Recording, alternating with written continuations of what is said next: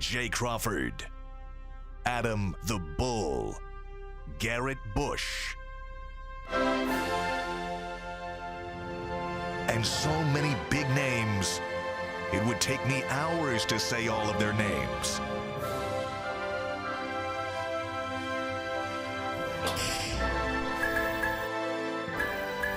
The ultimate Cleveland sports show. Booyah! Sup, fellas? It's Mayor Justin Bibb. I just wanted to send a special message of congratulations for hosting 1 year of the ultimate Cleveland sports show. I love the show, and I'm looking forward to coming back soon. Take care. Stay blessed. Peace. Thank you, Mayor Bibb. Here we are in the ultimate Cleveland sports show. We just screwed up. And we played so many things yesterday. We screwed up and forgot to play Mayor Bibb yesterday. A huge insult to the mayor. Mike's going to be fired because of that. Listen, we had so many videos yesterday. Yeah. We brought it in. We had it in the system. I forgot. Yeah.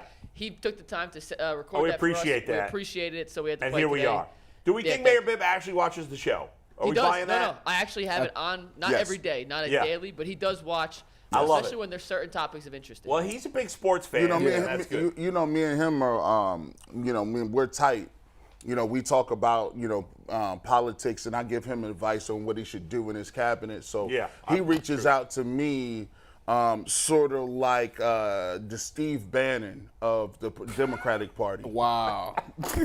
That's how we go. Yeah. You're his Steve Bannon? Yes, but I'm a lot less divisive, and I don't go to jail for reasons. If that's so the case. it's just So you guys are. Well, I mean, he's my cousin, so I'm the one that got I got his waves right. I be telling him you got to wear a certain type of do-rag. This guy always. You got to wear 360 This wave guy grease. always That Murray stuff a little too thick, so you got to wear 360. You got to brush. It's all about the angles of the brush, so you can get your waves to come all the way around. See, some people stuff don't even come all the way 360. It be stopping. So I got to get him right. All right, you guys will straighten him out. And we appreciate that he watches. Our brand new gift, the Calling Racing Tires. Looks great on camera. Look at that shot. Look at that. And it's a great place to put our waters. Yeah, this looks beautiful on camera. This adds a whole, awesome. whole nother feel to it. We don't have an extension cord for the 1x this yet. So of course it's but me. we don't want to light one up and not the other. That's true. They both light up. Or maybe next they light week. Up red. We will light them up when we have both, but I don't want to light up one and not the other enough. yet. So that's we will, cool.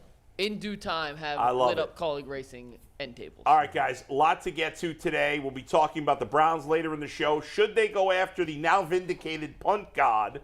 And should they go after the quality running back, Cordarrelle Patterson, who could be available via trade? We'll get to that a little later. The Guardians with a win last night, 2-0. We'll get to that, what happened there. We'll get to the Cavs as well. But we got to begin with my bet there. Yeah, I lost yesterday. You let us down yesterday. You've been on fire. It's okay to lose one, but you can't lose to people 2 or 3 times in a row. So you're coming back with 2 bets today. And as always, your bet of the day is brought to us by our dear friends at Bet Rivers Online Sportsbook. Hey, Ohio, Bet Rivers Online Sportsbook is the place to be for every single game. Right now is the perfect time to join Bet Rivers Sportsbook because if you use deposit code SPORTS, you receive a second chance bet up to $500. Get in on all the action with weekly specials on your favorite sports like basketball and hockey and baseball to help you win big. Check them out at betrivers.com or download the Bet Rivers app today for the latest lines, odds, and boosts. And on today's podcast, I do talk about the Punt God, something we're going to talk about here as well, and the NBA playoffs. Check it out at Bet Rivers. All right, so I don't think I've lost baseball 2 days in a row all year. So I'm going with 2 games today. Hopefully we go 2-0. Here we go. We got the Mariners. Luis Castillo, since they acquired him from Cincinnati, has been fantastic. The Rangers are having a surprisingly good season, but I can't remember who's. Dane Dunning is pitching for the Rangers. Yes. Dane Dunning was a starter last year. He was okay. He's been in the bullpen the whole year, and that's the Rangers' area of weakness is their bullpen. So you have a guy who's been a relief pitcher this year. He's not fully stretched out. He won't go deep into the game. The Mariners are starting to right the ship there. So I like the Mariners to win by 2+ runs. And I'm going with a big upset today. The Nationals plus 132. Obviously, the Nats have been one of the worst teams in baseball. But the Giants aren't very good either. They have Sean Manaea going. He's been terrible on the mound.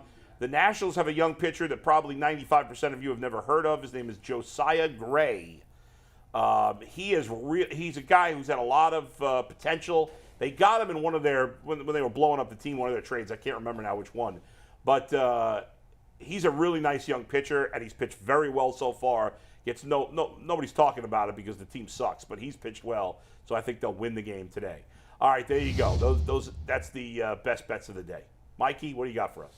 Yeah, we're going to start with the NFL schedule release, which is slated for tomorrow. Yeah. So we're going to play a little prediction game in a sec with how many primetime games you think the Browns will and should get. Talk about the games that have already been released. And as always, when we talk Browns, it's brought to us by Lincoln Electric, our dear, dear friends in the electrical manufacturing and welding fields. They are hiring for great jobs all across the board. Check them out today at Lincoln Electric. A friend of mine is an executive at Lincoln Electric, by the way. It's a great company. They treat their employees very well. So if you are looking for a job, it's a great place to go. Go ahead, Mike. Do you want to start with the games we know have already come out? So what Mike is alluding to is, if you haven't been paying attention this morning, the NFL has released, it's sprinkling out a couple of games, a couple of special games. They've released the London games. They've released the Germany games because they're playing 2 games in Germany this year, guys. And they've also released the Black Friday game, which you're going to have an NFL Black Friday game for the first time, Christmas Day and New Year's Eve. So here are some of the games. I was convinced the Bengals-Chiefs was going to be the season opener. I thought the same thing. Instead, it's a New Year's Eve game, 425, which is still pretty cool. Let's start with that one there. I don't like the fact it's Week 17. I'm sorry, I don't. That's not Week 17, is it? Yeah. It says Week 17 on the Adam Schefter it does. tweet. Because you never know who's going to play. Last game of the season, I believe, is the 7th of January. Oh, okay. But that late in the season, the season started a little early. I want to guarantee that we get a full-on Mahomes-Burrow. I don't want agree. I agree. Put your hand down. No. You're wrong. Kansas City You're wrong. Cincinnati's like 14-2 at that point. There's 18 weeks in the season. I get that, but what if at that point Kansas City's starting quarter 3? Those guys are not going to sit for 2 weeks. They don't do but that. They might not show everything that late in the season. I'm with McNuggets is right. No. Go ahead. Y'all are wrong. Go ahead. Y'all are wrong. Tell him why you're wrong. And then on top of that, obviously, the offenses will be up and clicking and everything like that. Yeah. But if at that time your standings is gonna be what it's gonna be, then it's nothing more, nothing less. Bad job out of them. No, it ain't. They're being prisoners of the now. Somebody might be hurt by the end. They want their Christmas present. But you really rolling the dice. That game. What did we learn as we went along in the season when they did the schedule before? We learned that you need teams to play games that matter. Chiefs-Bengals has always traditionally mattered because those teams are vying for what? Home field throughout the playoffs. That's nothing else. G is right. They'll be playing for home field. They'll be playing for home field, so you guarantee they're going to play their guys. They're going to have – it's going to be a game. It wouldn't be a good game if it was the first game of the year? It doesn't have the – It certainly would be. It'd be good. But I love it. Yeah, I agree. In a perfect world, I'd rather it be week 16 than 17. But it's very rare that teams sit guys week 17 and 18. No. That doesn't have – you'd have to have a pretty big lead to be sitting to your starting quarterback for 2. Because, first of all, if you sit your starting quarterback and you're the 1 seed, if you sit him 2 weeks, he's not going to play for a month. No. Nobody's doing that. But don't you think if, let's say, these 2 teams are 2 of the best teams, and you know they're on a collision course in the playoffs, week 17 so late in the season, now maybe if it's 12-4 and 13-3 at that point and home field is up in the cards, then yeah, it could pan out that way. But you could also look at it on the other side and say, we're not going to show everything because we're on a collision course. It's always possible. I think the odds are the game will be meaningful to both teams. Most likely. Well, this is what I will say. Okay. I will say this, okay? Yeah. And my opinion means nothing to a lot of people. But I would say that Kansas City is the defending champs. They've been running their division for quite some time. I think that our division, AFC North, has gotten significantly better. So I don't know if I think Cincinnati will be the hungrier team at that point of the season. because I think they'll be still fighting for trying to get up in the play. I think at that point, Kansas City will probably already be solidified going to the playoffs. I don't agree with that. I do. Yeah. I do. Because who is the threat over there that's going to knock them? I still think the Chargers are really good. It's football. Yeah. Y'all got to cut it out. I can't believe y'all it's right football, now. Boy. I'm not even going to count out the Broncos if what's his name? I just forgot his name. The coach. Sean Payton. Sean Payton. It would shock me if he got Russell Wilson turned around. It would to me. I know you hate Russell Wilson. I don't hate him. I don't hate him at all. In the NFL, you're going to lose 3 or 4 games that you shouldn't lose. You're going to win 3 or 4 games that you probably should have won. When you look at it traditionally, a couple of years ago, one of the best games in the NFL was the Bengals versus the Kansas City Chiefs. Right. The Chiefs at the Bengals, right? They needed to get in. Joe Burrow throws for 500 yards. These teams, and by the way, about the whole saving stuff, there's no saving stuff in football. No, yeah. It's week to week. You play as hard as you can. That's right. Oh, really? Yeah, I know a team in Cleveland that tell you that's a lie. Well, listen, those teams don't really win that much. And by the way, if you take away obviously there's natural rivalries, Raiders and Chiefs and Steelers and Browns, all these but if you talk about rivalries that have been built by the quality of the teams, right now. It's the best one in football. I mean, the teams don't like each other. The left tackle for the Chiefs just went to the Bengals this offseason. There's a lot of bad blood there. They've played each other in a lot of big games. I get you guys are right. It's possible that the game won't be meaningful, but I think the odds of that are small. If it happens, well, you're right, and they screwed up. But I think there's a 90% chance that's a meaningful. Why couldn't it have been 16? Because they wanted it to be New Year's. I mean, think about if that made it Christmas Day though. If that game, that would have been better. If that game's meaningful, everybody watching 4:30 on New Year's Day. Everybody watching. New Year's Eve. Excuse me. They did it's going to be crazy. That's going to be crazy. It's going to be crazy. All right, let's talk about some of the other games that have been. Now, none of the Browns games have been released because the Browns aren't playing. Well, they haven't put out the Thanksgiving schedule yet. They ain't got no games. All right, here's the international schedule. Them games done. Anything exciting here? The Jaguars always play a couple of international games. They're playing the first time ever. They're playing back-to-back games in London. Wow. 2 different stadiums in London, but they're staying over on the other side of the pond in week 4. Okay, Falcons, Jaguars, Bills. That's a good game, but the fact that it's in London is whatever. The only thing good about the London games is when they play them at 9:30 because it's another window of football to watch another game. I agree. Do you believe? I think this is a thing where they're trying to make Jacksonville be the team there. The team there. Right? I was actually listening to NFL radio this morning on Sirius, and I can't remember who was hosting the show, but the guy was saying that when Jacksonville plays a home, so the games in Europe are kind of run by the league, almost like, not to the same level, but almost like the Super Bowl. It's almost like kind of a neutral game, even though one team's home. When the Jaguars play a home game in England, it's different. They're the home team. Clearly. It's their people working the stadium and stuff like that. And apparently there's a weekly Jaguars football show in England. Wow. That's pretty cool, actually.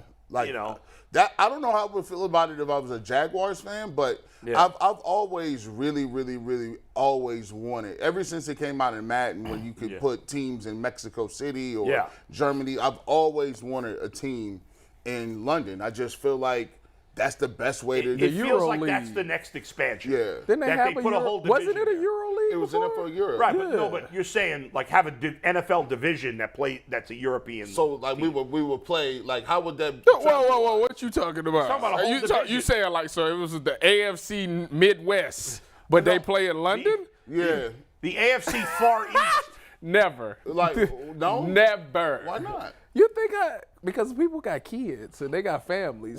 So if they play a West Coast team or a team like Kansas City, stay out there. You'd be out there for a while. Are you kidding me? Are you kidding me? The NFL will do anything to make more money, and the players will agree to anything to make more money. I ain't going over. You think I'm going over there for? Well, you're not playing anymore. They're going. Why would you? It's a You could move your whole family if you played in England. You can move your whole family to England or Germany or Spain or wherever the hell else. Don't you got to get Don't you got to get a visa or something? Yeah. Not if you. Well, whatever. The NFL don't work it. Work that out. I'm gonna move my family. How many baseball and hockey players are from other countries that come here? I'm gonna move my family to Europe for 6 months. Why not? No. Probably better than the places people are living here. No. Absolutely not. Go ahead, Mikey. we got 15 minutes before Annika Sörenstam joins us. So let's get to the Browns side That's of right. this. I didn't tease that the legendary female golfer is going to be on the with GOAT us. of women's golfers joining us. Yeah. So let's start with the Browns real quick with this. We'll get to the other games later in the show when we go back to football. Fair enough. But we do have to talk Browns. We'll start with this question for the panel. How many games do you think the Browns will get in primetime in the 2023 season? One. Not should, but will. 1 versus the Bengals. I'm going to say 2. I think they get a Thursday nighter and a Monday nighter. Bengals 1 and the Ravens the other. Yeah, Baltimore be the only other one I'd see. Well, let me see. A couple little birdies have already jumped in my inbox, and they've already given me what they believe to be leaked information. And one of the games that I believe is leaked information is they're saying that they are going to have the Jets playing the Browns on primetime. And they're trying to drum up the fact that it's Aaron Rodgers and the Browns melted down in the worst way possible last year against the Jets. Now, I saw that schedule. I didn't think that might be a thing, but I didn't want to just keep jumping on the bandwagon. I'm not going to give you – I'm going to go with the Jets, and then I'm going to go with the Ravens. And the Ravens is obvious because of Odell Beckham Jr., Lamar Jackson. Lamar Jackson is he got his bag because of Deshaun Watson in his 230. They'll have them both in there talking. But that's a really cool game. That's a cool game. So I got the Jets in there. Real quick on G's schedule leak, I did see one going around that had a lot of traction yesterday. It is totally fake. Look, it said they were playing the Phoenix Cardinals, not the Arizona Cardinals. So that was your first dead giveaway for the, I think, 400 people I saw that retweeted it. Yeah. It is totally fake. Don't believe any of that. Yeah. I've received 7 different ones in my inbox. As the Duke of Knee Jerk, it is my responsibility to knee jerk behind the scenes before I do it in public. Yeah. So I'm having the knee jerk staff look over that stuff with a fine tooth comb. You got to have here's the reality. Obviously, the team is most important to us, but the reality is across the league, the Browns this year at the moment are not a huge story. First of all, to get a lot of primetime games, you have to be an excellent team. And the Browns, right now, the average person probably thinks they're a mediocre team. Not excellent. I actually don't think you got to be an excellent team. I just think you got to just have. That's one of them. I'm giving you a few reasons. Number 2, there's got to be a big-time storyline. Yes. Last year there was because of Watson. Now, he's still here, but we're not talking about – nationally, Watson's not going to get discussed like he was last year. Yes. Right? He will here, but not nationally. So that's not as big a story. And then it's popularity of the team. Now, the Browns do have a national following, especially with older fans, but it's not like – it's not like a New York team or – whatever, like the Steelers, some of these teams that are more popular nationally than the Browns are. I would say the Browns are popular nationally, definitely, but they're more in the lower end of the upper echelon of popularity more than the top, I think.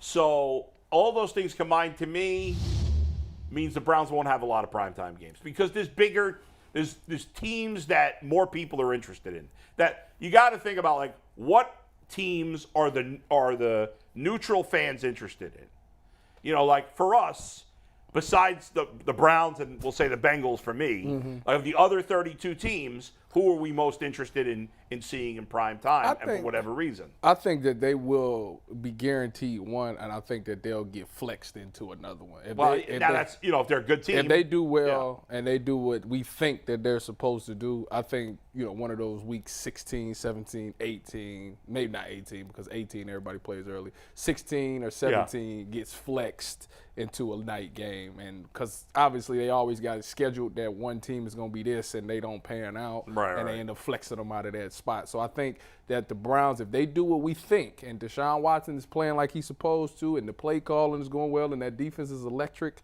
then they will find a way to get them in a prime time Absolutely, because the Browns are popular enough that if Deshaun Watson is playing really well and the Browns are better than the average fan thinks they're going to be, then there's certainly a possibility of that. I will take it a step further. The Browns have the biggest boomer bust capabilities of any team in the league. if the Browns, if Deshaun Watson is coming for the first 3 days, first 3 or 4 games, he comes out, hot, like fish grease, it'll set up a conundrum. Hot like fish. Yeah, that's hot grease, bro. That is hot. If you set up a conundrum because the mainstream media does not want to talk about Deshaun Watson at all. You could actually see it in the way they write stories. They say dumb stuff like, well, Deshaun Watson is what he is, and I'll put the Browns at 25th as the 25th best team because, no, you just have to come out and say it. You just don't like what the allegations Deshaun Watson are. You can't use 230 anymore. You just specifically have to just say it when it comes to that. And so when you look at it, but in fairness, the Browns weren't good last year. Yes, but so here's the thing. So in fairness, they don't have to talk about them, right? If you're not good, they could just put. But if you are now good, now you have to start to think because what'll happen is if you got Deshaun Watson playing these games and he's hot, and they said, man, after 4 games, it looked like Deshaun Watson is the real MVP of the league. Deshaun Watson. Don't let that be the story. And then you have to pivot and say, well, dang, we don't got him on TV like that. Yeah. And the more you don't have him on TV, that groundswell starts to happen. You start to get people mentioning it because, by the way, the Browns are very popular when they're rolling. Yeah. When they had Baker Mayfield and Odell Beckham Jr., they was on Colin Cowherd every day. Listen to who you just said. The Browns have created a lot of controversy over the years. And if Deshaun Watson plays well, it will become a huge story. It will be a huge thing. Right. And then it will On the other hand, if he plays poorly, the Browns are completely off the radar. And then they will blow them up and get them out of here. And Yeah. But I will say this is the biggest story in the world right here. Even if Deshaun Watson is the best player in the game and he comes out and throws for 5,000 yards or something stupid, and the Browns are demonstrably better and they are a first-round bye type team, the story will be, can you give Deshaun Watson the MVP? Because I said it after the allegations last year happened. I think that they will never give him the MVP. Well, did Tom Brady we got a long way to go from he was crappy last year to being the MVP. Wait a minute. Did Tom Brady get the MVP the year he was suspended for the 4 games for Deflategate? No. I thought he did. I don't remember. Honestly, I don't care. I don't think any players I think those storylines to me are blown. I don't really care about those things personally. I get what a lot of people do. I'm in the minority. I'm in the minority on that. But you know what? If he plays well enough to be in conversation, I'm not going to care about that. I'm going to care about if Deshaun Watson go out there and throw for something incredible, and the Browns are a top in a playoff team, he has they got to give it to him. If the Browns' biggest problem is Deshaun Watson didn't win the MVP when he should have, that's not really a problem. Can you imagine McNuggets? They got to give it to him. Can you imagine? Because here's what all that's going to happen is the Browns have never had a caliber player like that. So what will happen is the groundswell will be so big, and Browns fans do feel a little jaded. I think he'd still win. But you know what? Who gives a crap? Because let him play one game at Hall of Fame level. Right. Hall of Fame? Hall of Fame, yeah. Let him play. Let it sound wrong in my head. MVP. Let him play one game at MVP level. It's Hall hard of Fame for level. him to even say Hall of Fame and Deshaun Watson. We got to see it. We got to see it. I do think he's going to be very good this year. I don't think he's going to win MVP, but I think he's going to be very good. But he's got to do it. I just think it's. I just think that he don't. Will he ever be Houston Deshaun Watson again? I don't know because he better be. Does he have to be like that good? Better than that. He got to be better than Houston to be successful. Because he got more weapons here. Well, he wasn't good as Patrick Mahomes, and Patrick Mahomes got better. Like even when they was in his prime, he wasn't better than Mahomes. The AFC is as good as it's been. The quarterbacks in the AFC are better than we've seen in forever. He's got to be great. You can't win in the AFC. Deshaun Watson's best statistical season? Give me that when you get a chance. I think it was 19. No, I just want to hear the numbers. Yeah. I just want to hear the numbers. His best season ever, statistically speaking, was the 2020 season. He played 16 games, and that was still when it was a 16-game schedule. It was the year before it went to 17. The Texans went 4-12. He threw for 5,000 yards, right? Very close. He had a 70% completion percentage. He threw for 4,823 yards, 33 touchdowns, 7 interceptions. And on the ground, he added 2020, he added 444 rushing yards and 3 touchdowns. Yeah, they need that guy. So 36 touchdowns and 7 picks. That's what they need. He throw for that. That's an MVP right there. Granted, real quick, and this is just a caveat with those numbers. They went 4-12. A lot of those were fourth quarter. They were down big. But not stat padding numbers, but he was phenomenal. Listen, there's always stat padding in the NFL from everybody. I mean, 70% completion. That's ridiculous. He's got to play.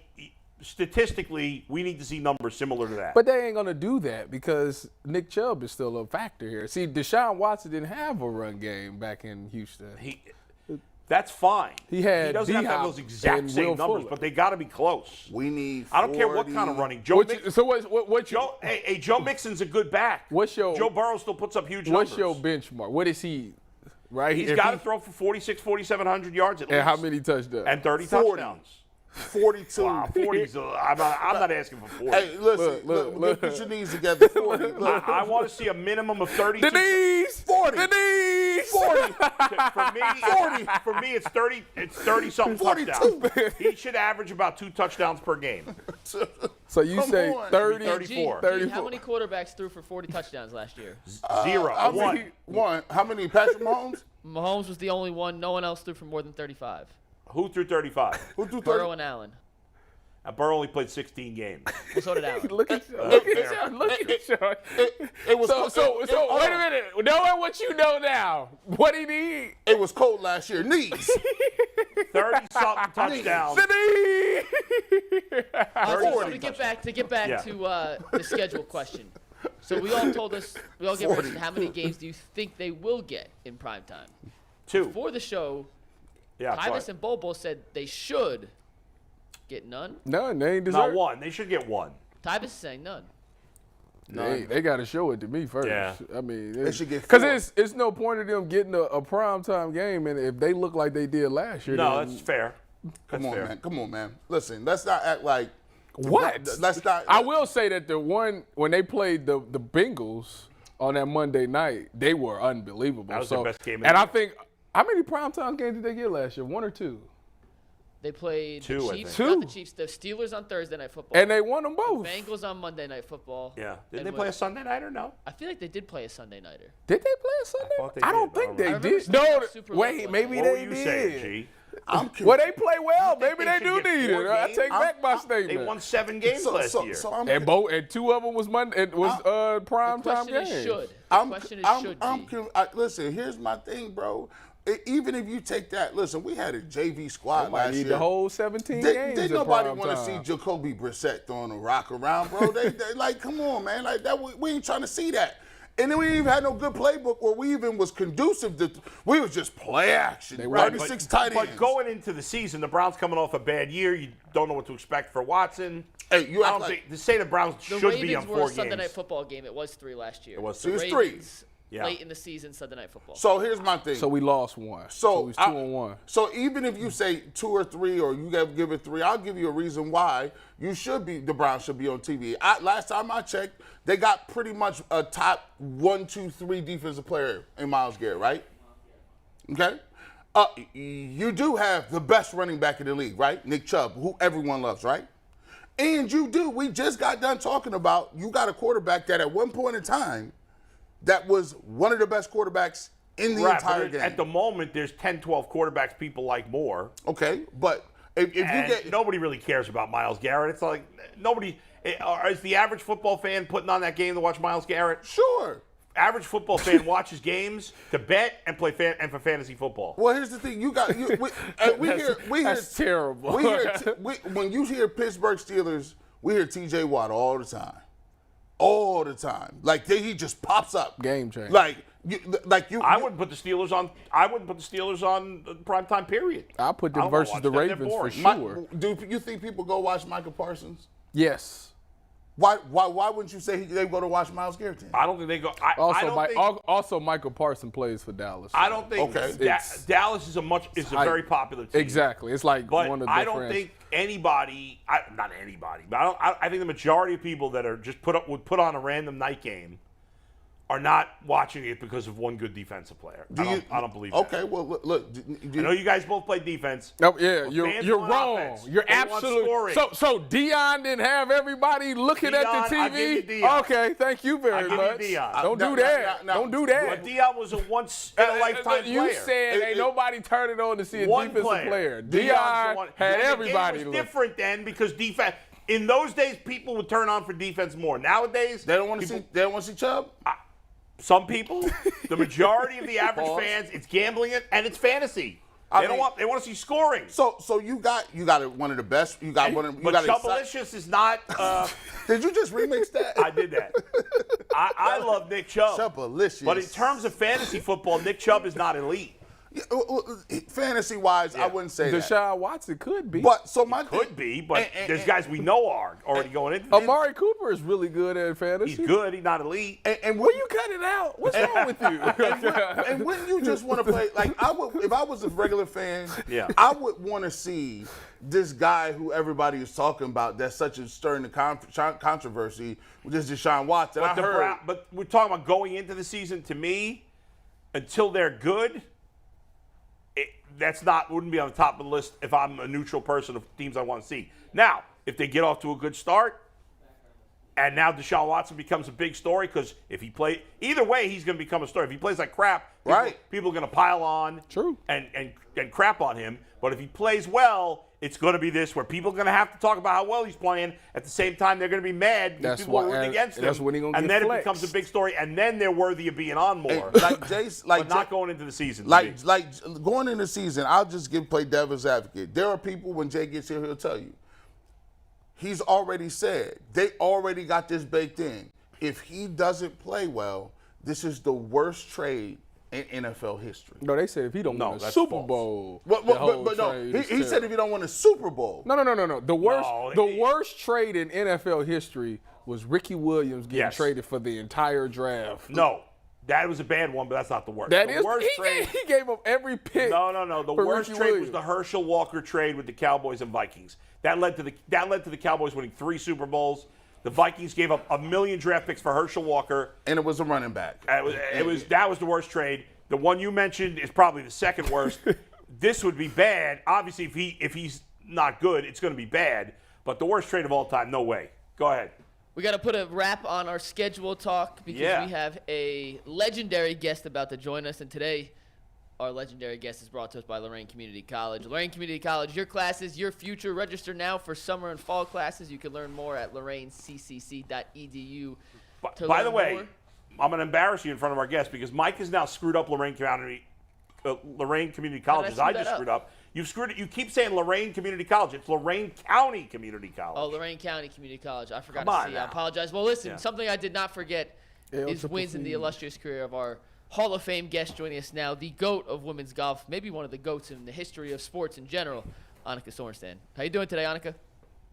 Hello, everybody. I'm doing great. Thank you for joining us. We appreciate it. There's a few reasons we have you on, Annika, but the first one is you, coincidentally, your husband is from East Palestine, correct? Correct. Did I pronounce it right? It is Palestine, right? Not Palestine, correct? If you're local, you know it's East Palestine and not. That's kind of the sign of you know where you're from or not. Okay, I got you. And so you are doing a fundraiser to raise money after the terrible train accident that took place there. Tell us more about it, please. Oh, absolutely. Thank you, first of all, for having me. Yeah, so obviously when it happened, a few months ago, we were just in shock. Couldn't believe that this was happening in this country, happening in Mike's, his hometown, and the devastation of these people living there from all kinds of perspectives. Mike said, I want to do something, I'll do something. And eventually we said, well, why don't we do a golf tournament, raise some money, raise some awareness and give these people some love. So it's now Annika for East Palestine. So we're putting a golf day together.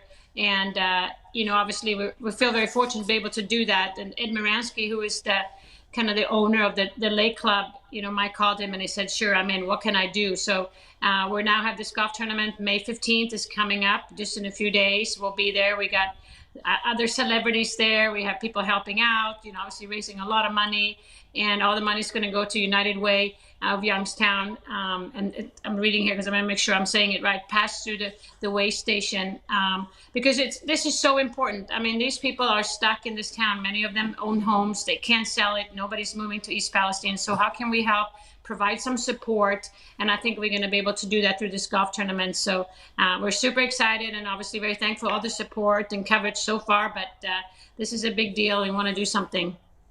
Annika, when you look at East Palestine and just, some of the things that's been going on there for years, do you think that there is, I would say, the media, and especially the sports media, does not really necessarily bring that much light to it? I think a lot of people don't kind of understand what the plight of is in East Palestine and in the Middle East in general.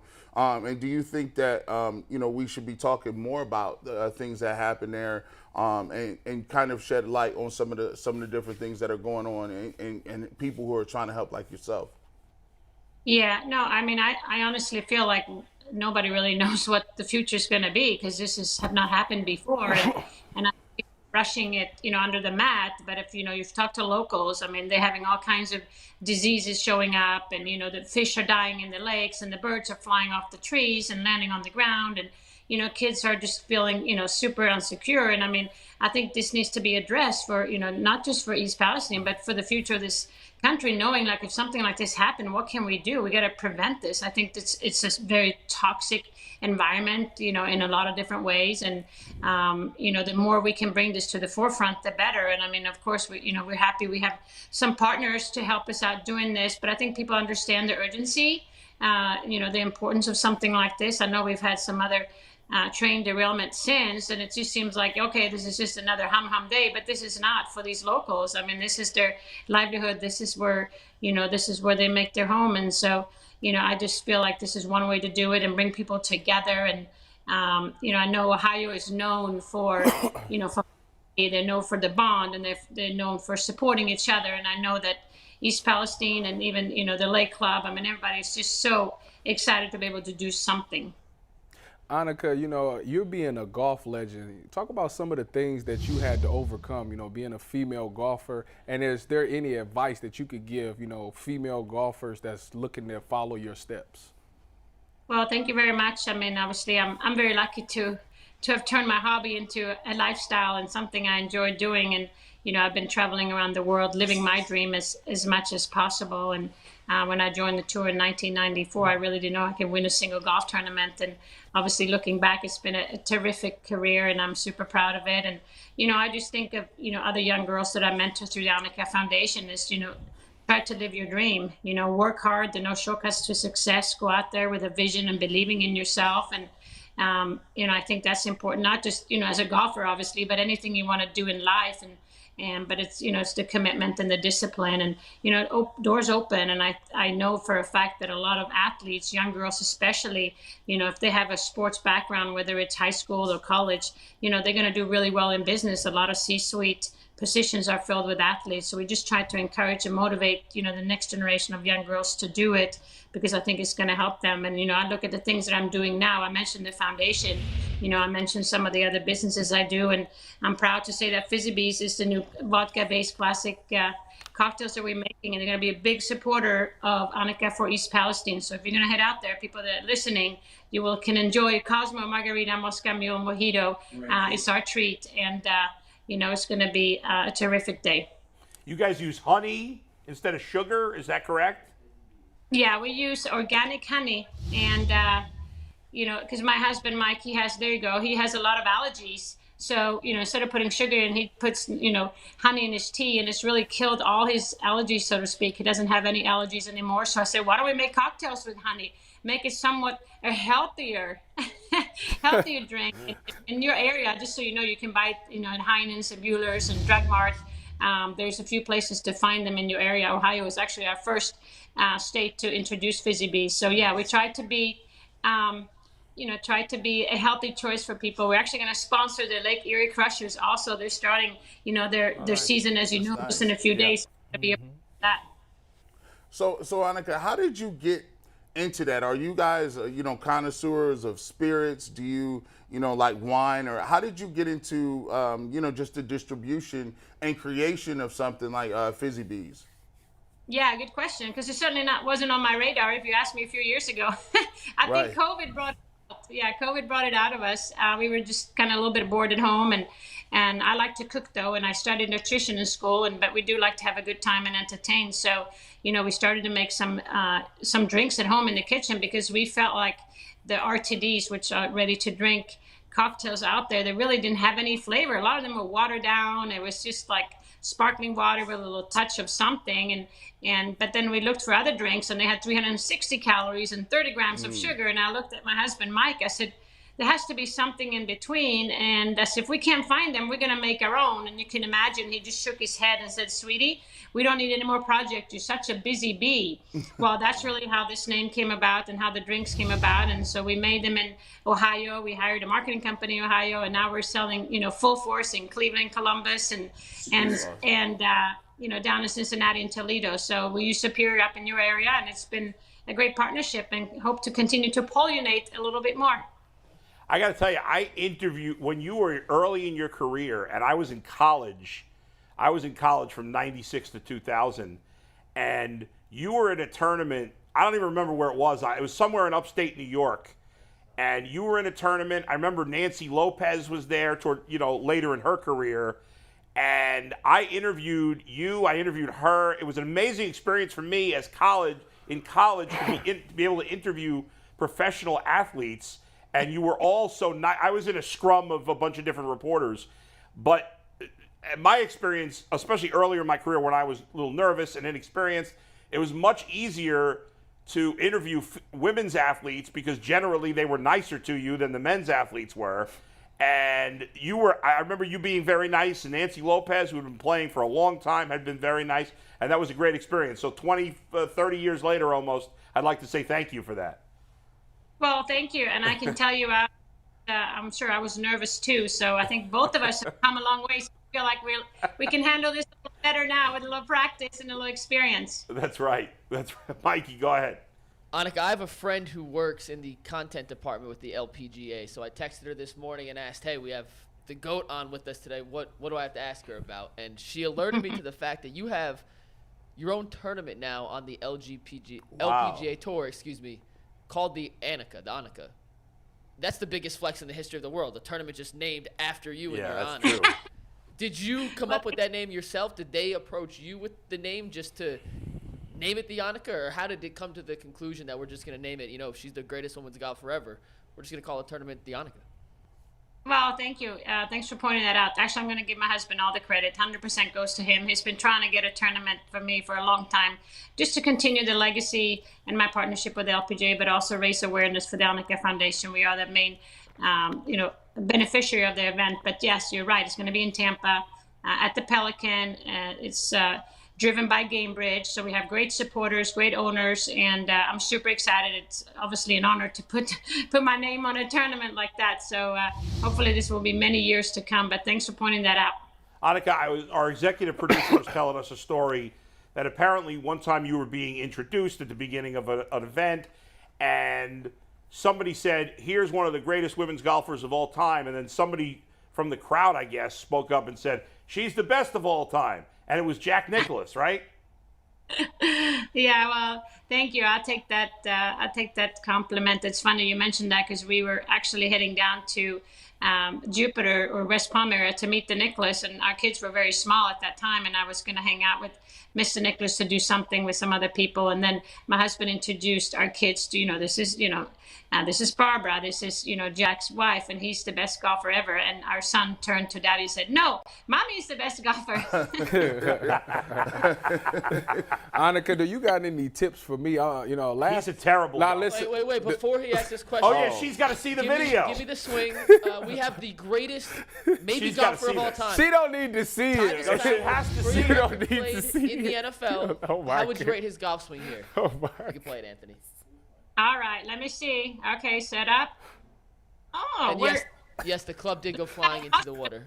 Don't you do work on balance in football? I had some popcorn that day, and it was hot. My hands were sweaty. I was nervous. This was actually my first time swinging on a live golf course. Can you give him some I did tips? Top Golf a lot, like 2 times before this, but this was the first time I was live in action, and that was my first swing ever. And yeah, that's how it went. Well, then I'm going to give you a mulligan. It looks pretty good. But next time, focus a little bit on your posture. When you finish, make sure you kind of turn your whole body to the target. Other than that, keep it up. Turn your whole body. So you're telling me there's a chance. Yeah. No. Nah. That's what she telling me. She just being PGA nice. Tour is not calling you. Hey, listen, if I hold on to the club, who knows what would have happened? Yeah, you would have hit it 50 yards. Yeah. Annika, what is your favorite golf movie of all time?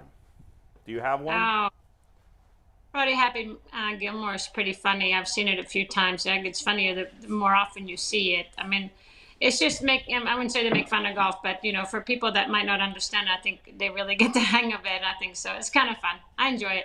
Yeah, It gives you a laugh. I mean, the best scene is when Bob Barker beats the crap out of Adam Sandler in the celebrity tournament.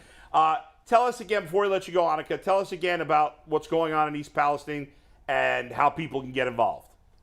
Yes, please tune in. It's Annika for East Palestine. It's our fundraiser. May 15th. It's going to be at the Lake Club in Poland. And Fizzy is a sponsor. We got some celebrities coming. Jim Tressel, Bob Stoops, Warren Sapp to be there. You can participate. We have a website. Obviously, go to AnnikaForEastPalestine.com, I believe. Check it out. We appreciate any support, money, resources, gifts, whatever, or just talk about it and spread the word. It's coming up on Monday here, the 15th. Thank you so much for joining us. Best of luck with the tournament and raising money for a worthy cause. Thank you so much for being with us. Well, thank you very much for having me, and keep having fun. Thank you. Thank you. We will.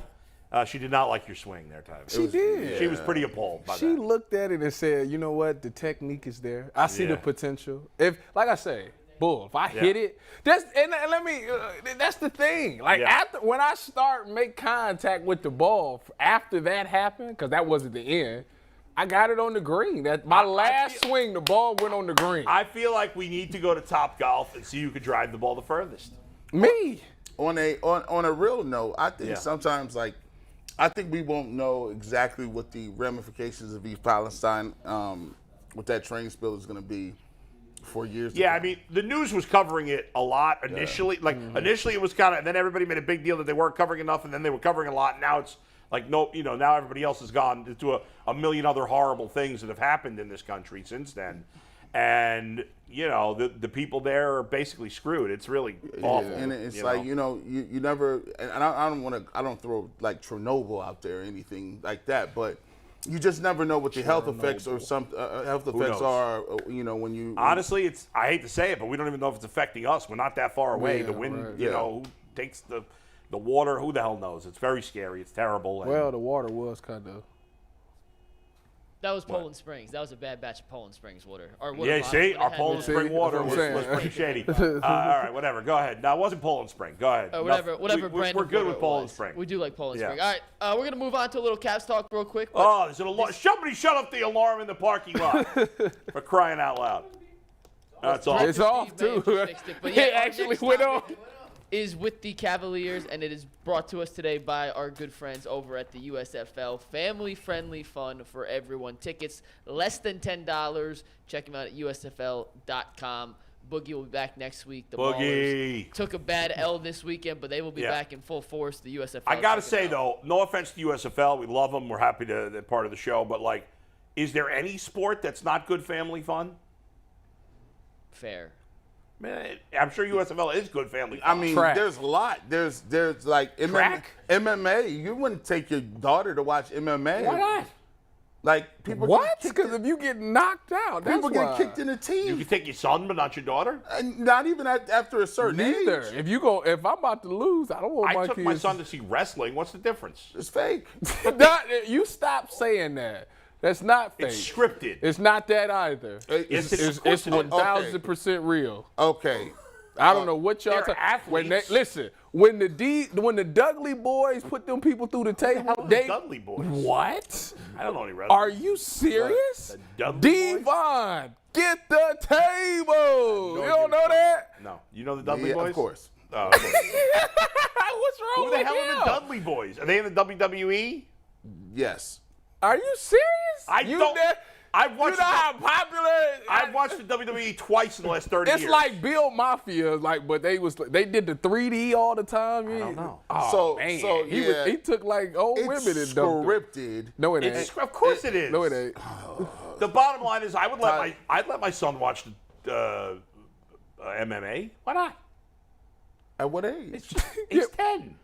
I mean, he's a little older now. Like y'all hang out and stuff. Like What if he was 5? No. Probably not. But There you go. All right, then, that's what we talking about. That is not good family fun until a certain age. It's family fun. Whatever. Right, so Cockfighting? You taking the kid to cockfighting? To what? you are hilarious. You never heard of cockfighting? Yeah, but would I take my kids? Of course I would. I think It's horrible. I think my wife used to like fight chickens. Like for real, like that's. You mean she got in the ring against the chicken? She used to fight chickens. Evidently, you could fight spiders. There's a whole nother world. Spiders? Yeah, she used to Like a human versus a spider? No, spiders versus spiders. I would have actually your own spiders? I'd She be has actually these big interested in spiders seeing and She that. trains them. What? This- How do you train a spider? Is that possible? She said you had to starve them and don't eat them. Let them eat. I said, listen. I don't think you want to share any more of the story. I said, sweetheart, you live in This another. did not happen in America, folks. Don't arrest him. This was in the mountains of the great country of the Philippines in the 1980s. So don't get mad at me. I'm just saying. Let's bring it back in. I'm gonna reel us back in. Reel it back in. Yesterday, I don't know Evan if I Mobley can come was named back. to the All NBA First Team Defensive Unit. Yeah. He was the only Cav who made out of the first or second team. Jared Allen did receive some votes. Yeah. We did our whole Mobley. He could have won Defensive Player of the Year. He finished third in the voting. But the question I want to ask to you guys today, based on this, Do we give a rat's ass that he won this? I don't give a rat's ass. do you care that he made the first Because team All NBA? No, defense? because he's got to be a better player. The problem right now is I'm so sour on the Cavs because of the way the season ends that I don't want to hear about any awards they won. I don't care about finishing first team on defense. Listen, how can I trust this list when there's 2 white guys on the all-defensive team? There's no way 2 white guys are 5 best defenders in the league. That's impossible. Wow. The list is fraudulent. Wow. What I'm gonna say is, do I care? Yeah. It's nice. It's a feather in his cap. Yeah. I mean, it shows that his stock is going upwards. Obviously, we would like for him to be better offensively, and I think the real test would be once he bulks up, and will he be better without Jared Allen? Can he hold the fort down without Jared Allen? I don't know that Jared Allen's not going to, I think Jared Allen's going to be here. I said, can he hold the fort down without Jared Allen? Can he be the main Well, you guys are convinced he's going to be gone, Jared Allen? That's not what I'm saying. All I'm saying is I think it's a better lineup out there that could be put on the floor. Don't you feel down on the team? Like, I just don't even want to talk about the Cavs because it was so depressing the way the season ended. Because here's and now the Knicks suck. Like, the Knicks look like crap against Miami. And Miami's the 8th seed. It's the Miami trip. I'm going to say something, and this is complete facts, and this is just the way it is.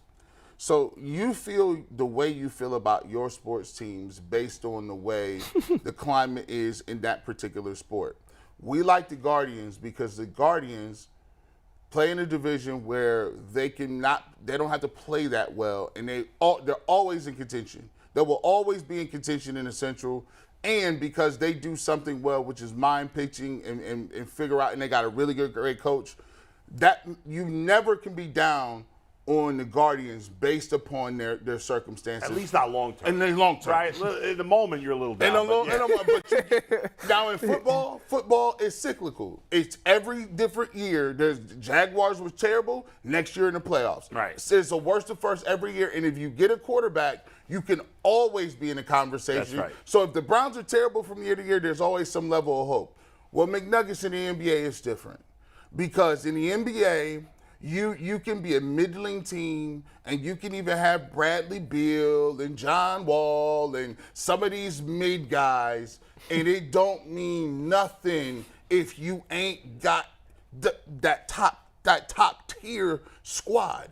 And as long as these other dudes is walking around, and as long as Kevin Durant is alive, or LeBron is alive, or Giannis is alive, you look at the Cavs as a nice group of guys that can get 3-4 seed, but you know when you see a star. So you're saying they need somebody elite. Well, you know, they don't have an elite And you know what's player. particularly frustrating, guys, is that the NBA, by and large, I agree with what G. Bush said.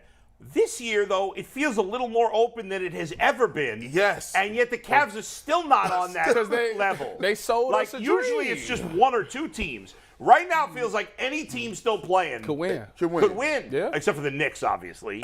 Yeah. But the rest of the teams, even the Warriors. Until they lose that series, I'm not counting them out. Yeah, it's like Jimmy Butler. I'm not counting out the Celtics. They're down 3-2. I'm not counting out the Suns. They're down 3-2. I just saw Bam Adebayo, right? Play the point guard. Like just become a point guard in the playoffs. And this is what I've been trying to tell people. You can be you could be an imitator or innovator. Now the guys that's doing it on the playoffs, they doing it in a way we haven't even seen. But that's just a prerequisite to even be in a conversation, Tyvus. Like Bam Adebayo running point. Spoelstra, it doesn't matter how they're gonna play. He's a playoff coach. He's gonna get it right. It's just you just look at these people and you look at the pieces that they've accumulated. So it seems crazy that we sit here and we have to prognosticate on Jared Allen. When Jared Allen, that's self-check. They don't look at Jared Allen as somebody they got to worry about. That ain't what? Yeah, right. And these other teams have all these guys that step up off the bench and have big games. Yeah. The Cavs don't have any. We knew that. We knew that. We knew that our bench wasn't that great. We thought Karis LeVert would be that, and he had the one game he did have the one where game. he did that. But it's funny to me if you look at the teams that's still playing. I'd say like 3 or 4 of them all have 7-footers that can bring the ball up. You think of the Suns. Now it's cheating because the Suns got Kevin Durant. Right. But you think Jokic. the Joker guy can do it. Bam can do it. Embiid can do it. Yeah. So let me ask you this, based off that, G, and you mentioned Bam Adebayo as the focal point here. If Evan Mobley turns into Bam Adebayo, reaches that level, offensively, is that underselling his potential? Is that reaching what you think his ceiling could be? Where does Bam fit on the Evan Mobley? He could be this good, he could be that good. I want him to be better than Bam. If he's only Bam, the Cavs ain't winning nothing. I agree. He's got to be Kevin Garnett. He needs to be Evan Sellers. And so Evan Mobley, there's a spectrum. If he's Bam Adebayo, if he's Bam, they're gonna be a 5th, 6th seed middling team, right? If he's LaMarcus Aldridge, they'll be a 3rd or 4th type team. Oh my He goodness. needs to get to the point where he is Chris Bosh in Toronto. He is Kevin Garnett. Then they got a shot to win. Then you got a shot. But I be trying to explain to people, but that means you hoping that this dude is one of the greatest players to ever touch a basketball if he's Garnett. Right. And right now, they just feel like one of those slapdick teams that makes the playoffs every year, but they're never going anywhere. Well, like the Pacers were forever. Yes. Like the Hawks were forever. Like the Raptors without Kawhi. Until they got Kawhi. I want the Cavs to turn into like a Golden State, where it's like listen. They got tons of shooting. Listen to what I'm saying. Go ahead. Because that sounds blasphemy. That hurt your It sounds blasphemy. But let me explain. All right. They got a core group of guys and they kept them together. And each year they got better. Steph got with Clay, they got with Draymond, and they all got better. If you look at the Cavs, you got a DG, you got a Donovan, you got an Evan. The problem is Donovan's not going to stay here that long. Yep. If you're winning championships, you don't think you'd stay? Well, they would have to win a championship next year. Well, they got to do something. I asked you. They got to do something. What can they do? They have to go to the finals. They got to do something. Didn't it seem like the Lakers this year? It felt like they had nothing to trade. Zero. And yet they got so much better. Yeah, they did. They had nothing. They had nothing. They Well, they got LeBron and AD, so that's. Yeah, and obviously those guys are healthy right now. Yeah. But they added that Hachimura guy who's good. So don't tell me that it's impossible then. It's not. Don't tell me it's impossible. They can do it. They could have got a Terrence Ross or something like that. They could. What did Josh Hart get traded for? They could have traded for. Josh Hart got traded for a lot. Like they didn't have enough to get a guy like that. But the whole myth of the Cavs have no assets to move is false. Okay. You can package. They don't have first-round picks. That's already out the question. They traded those for Mitchell. Yeah. It was like 4 second-round picks getting traded for players. That's what I'm saying. They have second-round picks. You have, I don't know how much they're valued, but you have a young guy like Okoro. LeVert they weren't moving because he was in the last year of his deal. Jared Allen has some value. Allen, so they do have pieces, and give Rob Pelinka and the Lakers credit. What he pulled off was masterful at the deadline. I mean, they're a way better team right now. But let me just say this. Kobe Altman finished second in the year in Executive of the Year voting. When you are looked at around the league by your peers at that caliber, in my opinion, you have to be. Who was first? The guy at Sacramento, which is weird. And I'll get to you in 1 sec. Yeah, go ahead. When you have when you're regarded in that stratosphere, you have to be able to make moves on the margins. And the fact that Altman sat back and said, "We're not going to make a move. We're good." There's always moves to be made, whether or not they work in the long run. Yeah. TBD. Like the Lakers' moves may not have worked. They've proven to work, but there are always moves to be made. And by the way, I don't think Kobe Altman should have finished. All he did was the Donovan Mitchell trade. Now, Donovan was great in the regular season. He sucked when it mattered. But that's all he did. What else did he do? That was the only move. Did the Cavs make any other moves? Danny Green. And the move that looks dumb at this point, get rid of Kevin Love for free. Right. Yeah. Why did he finish second? Well, it's funny. Why did Rob Pelinka not finish second? The Kings guy who won. Yeah. All his moves were really made last season. I think Rob Pelinka should have won. Yeah. He turned nothing into great to good talent around the two best players. Absolutely. And got rid of Westbrook. And before we continue the conversation, it is lunch o'clock, a.k.a. 12, which means it's time to remind the world that Calling Companies is having a golf championship. It is no longer Calling Racing. It is Calling Companies Championship. See your favorite golf legends at Calling Companies Championship July 12th to the 16th at the famous Firestone Country Club. Once again, Bull, it is family-friendly fun all week long, featuring a new fan zone, free attendance for kids, and concerts every night. There is something for everyone. Check them out at callinggolf.com. You're right, though. Rob Pelinka probably should have won the award based on the moves for this season, especially at midseason. I would argue, and I know they're falling apart right now, I would argue the Knicks GM. We're getting Josh Hart, Because, first of all, he got Jalen Brunson. People criticized him. Jalen Brunson was awesome. They traded for Josh Hart. They added Isaiah Hartenstein, right? Didn't they just add him? This free agency. He did, and they finished just a couple of games behind the Cavs, and the Cavs had been better than the Knicks the year before. And this is why, Tyvis said, with the Warriors, right? And the problem, I get what he's saying with the continuity and growing organically. But people forget, man, Steve Kerr's a genius. Yeah, he is. But Mark Jackson started it. Yes, he did. But Steve Kerr, he don't get his credit, Bull. He didn't deserve credit. He didn't win anything. He was the one that said, shoot the ball. Fine. That's what he said. Okay. Shoot the ball. All right. So you got Spoelstra and you got Steve Kerr. And what we've seen over the last, 10 years from those guys being there. And this is why I'm so upset when people say this to me. Well, it's not so-and-so's fault. Well, JB, give him some time. When you watch the Heat and the Golden State Warriors, they run their sets. The ball movement is a beautiful, sweet science. Yeah. Even the bums, the guys that come off the bench, they come in moving. Yeah. It don't matter. It don't matter if the top guys are out. It don't matter if Jimmy Butler is out. They're going to play the same way. How about the way did you watch any of the Nuggets game last night? Yes. How about the way they were moving the ball? You see Beautiful. how the good teams do it. And they were playing, I think Mike said this recently. I think you said this. When they play in their best, it's when Jokic is scoring 30, not 50. Right. And he's got 12 rebounds and 12 assists. He's a walking triple-double. And that's what he's doing. When Jamal Murray drives to the basket and then kicks it out to him, that's unstoppable. Unstoppable. They got about 10 dudes off the in the waves. They got a bench. They got waves of dudes that come in. Brown, was it Bruce Brown? Good. I love Bruce Brown. He's such a good. He had a big game last night.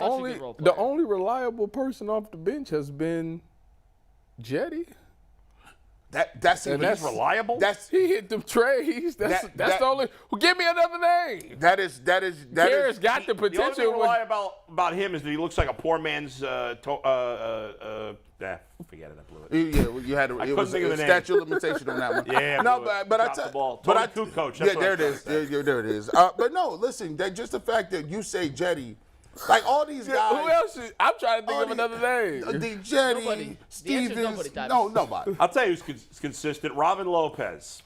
Yeah. Consistent sucks ass. Man, this dude. The highlight of is it Robin? Right? Yes. The highlight of his season was the interview he did with Mike before the year. That was his highlight of the season. And we rolled out there. See, that's the demoralizing thing about basketball. Yeah.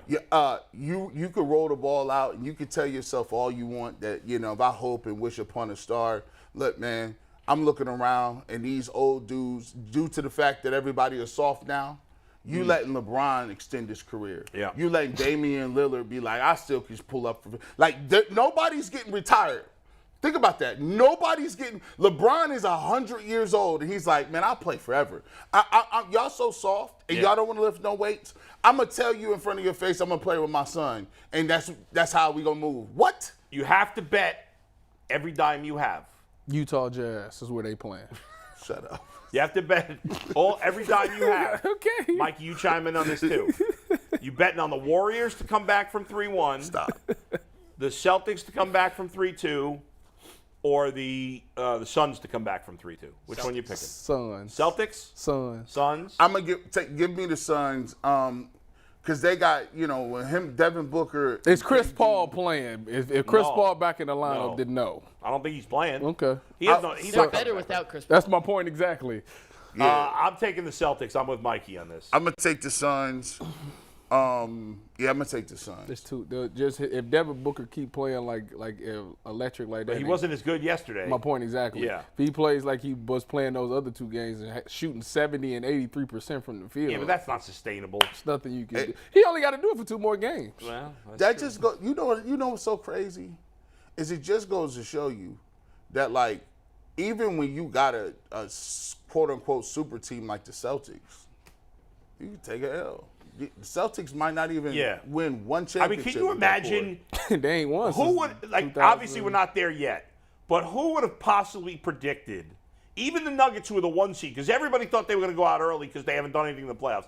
Who would have predicted Nuggets, Lakers, Sixers, Heat? There would have been nobody predicting that foursome. None. Zero. The Lakers, who might be the favorites to win it all now. No, the Philly is, I think. Oh, are they? I think I But like see the Lakers had to be. What were their odds of winning the championship 2 months ago? 0. Oh, or 3 before months the deadline, ago. probably 50 to 1. I laughed at him. And by the way, Adam Silver is the real winner in this whole thing because he's going to come around and tell y'all, everybody said that our product was down. Yeah. But the play-in, we got an 8th seed that's about to be in the Eastern Conference Final. Hey, you said everything. Look at the Lakers. The Lakers are the Heat. The Heat. I thought it was 2 8 seeds. But an 8 and a 7. We got 2 guys in the playing game that are in the finals. Conference finals. Listen. The NBA. That's why college. It wouldn't surprise me if it was a Lakers Heat final right now. I wouldn't either. That's why college football is going from 4 to 12. Smartest thing they've ever done. Can't go more than that. Then you screw it up. But 12 is good. When did they start in 12? Next season. 12 to me is the perfect number. This is the last year of the 4. 12 is the perfect number. All you need is a transfer portal quarterback and get 6 games. Let's go. Can get into. Can get in. I could get in it.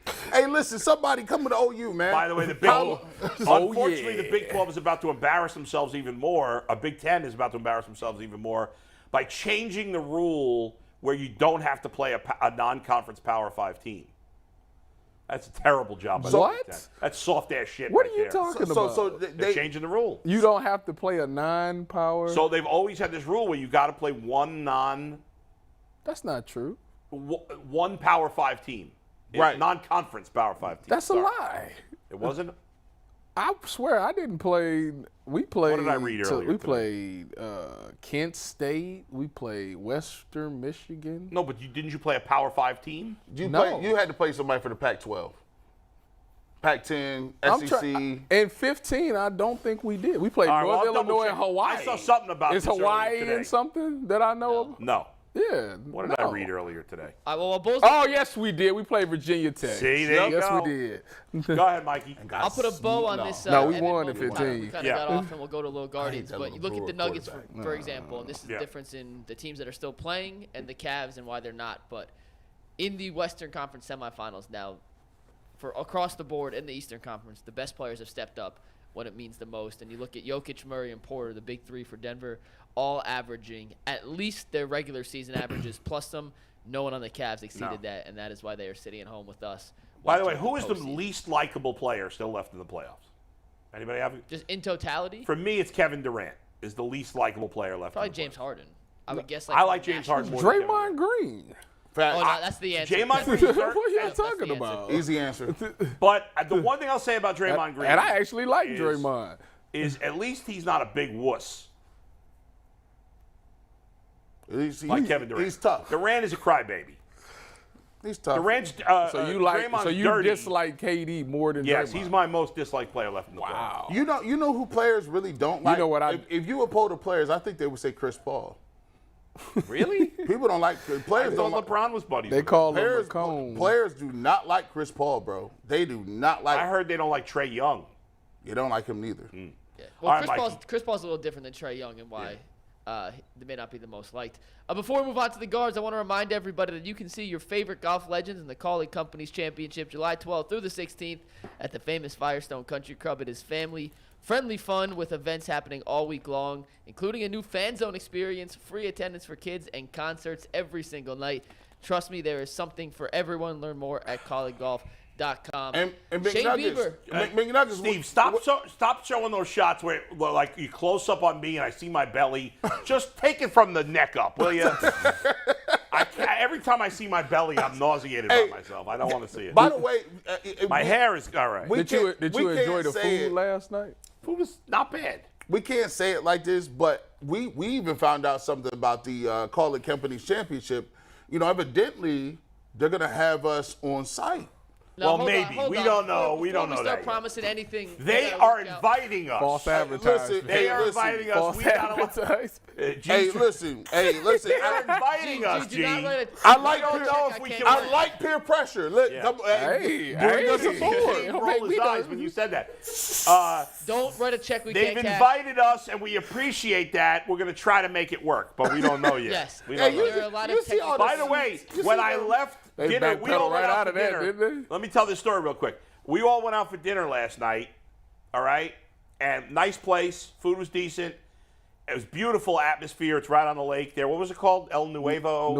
Shout out to- tequila, tacos. Shout out to Tegna. Good service. Shout out to Tegna Shout out for to that. Tegna for buying us dinner. When I walk back to my car, okay, I step into my car and I hear my pants split. Thankfully, it didn't happen until I got in the car to go home. What? What, bro? Right here. Right in the crotch. I didn't think they were that small. My pants aren't even that tight. I didn't think they were that tight. I don't wear tight pants. Yeah, I know. I thought you was comfortable. Actually, I told you I said your shirt looked kind of small. Damn. I was like, your shirt look kind of big right now. He's like, yeah, So I'm man. down to one pair of jeans. I don't know. Although I have lost 20 pounds over the last 2 months.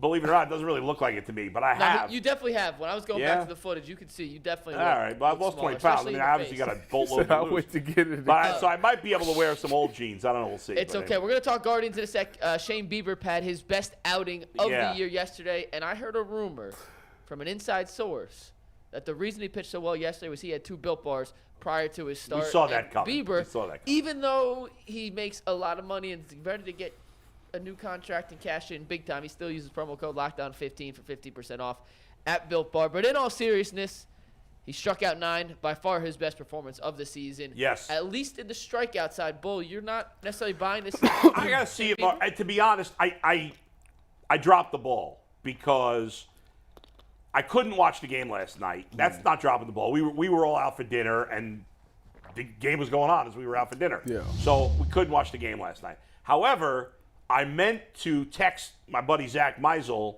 this morning to discuss Bieber's start because I wanted to know where his velocity was, if it had ticked back up. And it escaped my mind. I forgot to do it because that would have been good information for the show. So I apologize to our viewers for not getting that information. So I really need to know more about his velocity. That's the key. That's been part of the reason his strikeouts have been down. It was good to see. The Tigers don't have a particularly good lineup. They still did get 7 hits off him. But I need to know more about his velocity. I still think that Shane Bieber, I got to see it for more games. Yeah. With him getting a lot of strikeouts, with the velocity going up and doing it against better lineups. Well, don't get me wrong. 9 strikeouts is impressive, but I'm with you. First of all, it was Detroit, and Detroit is like the 24th best batting team in the thing right now, so they're down. Obviously, we're down. See, Tyvus did some homework. I screwed up and did not do my appropriate homework on that. Yeah, but I mean, I would like for him, if they're going to try to climb back and be one of these teams, he's going to have to be that Cy Young guy that we're used to seeing. And if this is the start of it, then great, but I need to see it against better competition. Yeah, and the truth is, G, you're right. I agree with you, Tyvus. The good news is, listen, the lineup has continued to be awful. Right? The Guardians lineup's been an absolute disaster. Rosario had a nice game yesterday. He did, 4 for 4. But overall, they've been a disaster. I think they've hit 2 home runs in the month of May. 2, I believe. I'll double check that, but I think it's 2. That's one of the biggest problems right there. Jose hit 1. And then Stephen Kwan, of all people, hit 1. They have 19 home runs this season. That is by far the worst in baseball. It's like you can't be last in home runs. And now, as you said before, this division's terrible. The Twins are the only team that's any good, and they're far from pulling away. The good news is that quietly, as they've continued to struggle hitting, the pitching has started to round into form. Quantrill's been better. Bieber's been better. Bybee did have a bad start his last time around, but overall he and Allen have been good. And Bybee's is a talented pitcher. I think he'll be okay. So we need McKenzie. I think the pitching's coming around. McKenzie should be all goes well. He'll be off the injured list in about 3 weeks. I'm not worried about the pitching. The offense, they're going to need to make a trade on the offense. You saying Ohtani? No. I'd love that, but they're not going to do that. I think, I don't know. I guess I come at it from this angle. I have yet to see a team. So like watching the Guardians, it's a weird existence. Because you have a guy like Shane Bieber who's like Cy Young, but it's almost like he's like a dead man walking. It's like when people say, hey, is he going to get back to Shane Bieber? Let's get him back to his velocity. And to me, sometimes I'm just sitting here and saying, but in the back of my mind, I know he's not going to be on this team. No, it's almost I don't know. Maybe next year? Yeah. He's not, but you still want him to get it back because the better he pitches, the more you can get for him in a trade. I don't that's the thing I don't get. Yeah. Why won't they sign? I can't understand always, you're running your organization from almost a deficit. I get what you're saying, and in general, I agree with you. However, I don't, by and large, can you look up how old Shane Bieber is now? Yeah, 1 sec.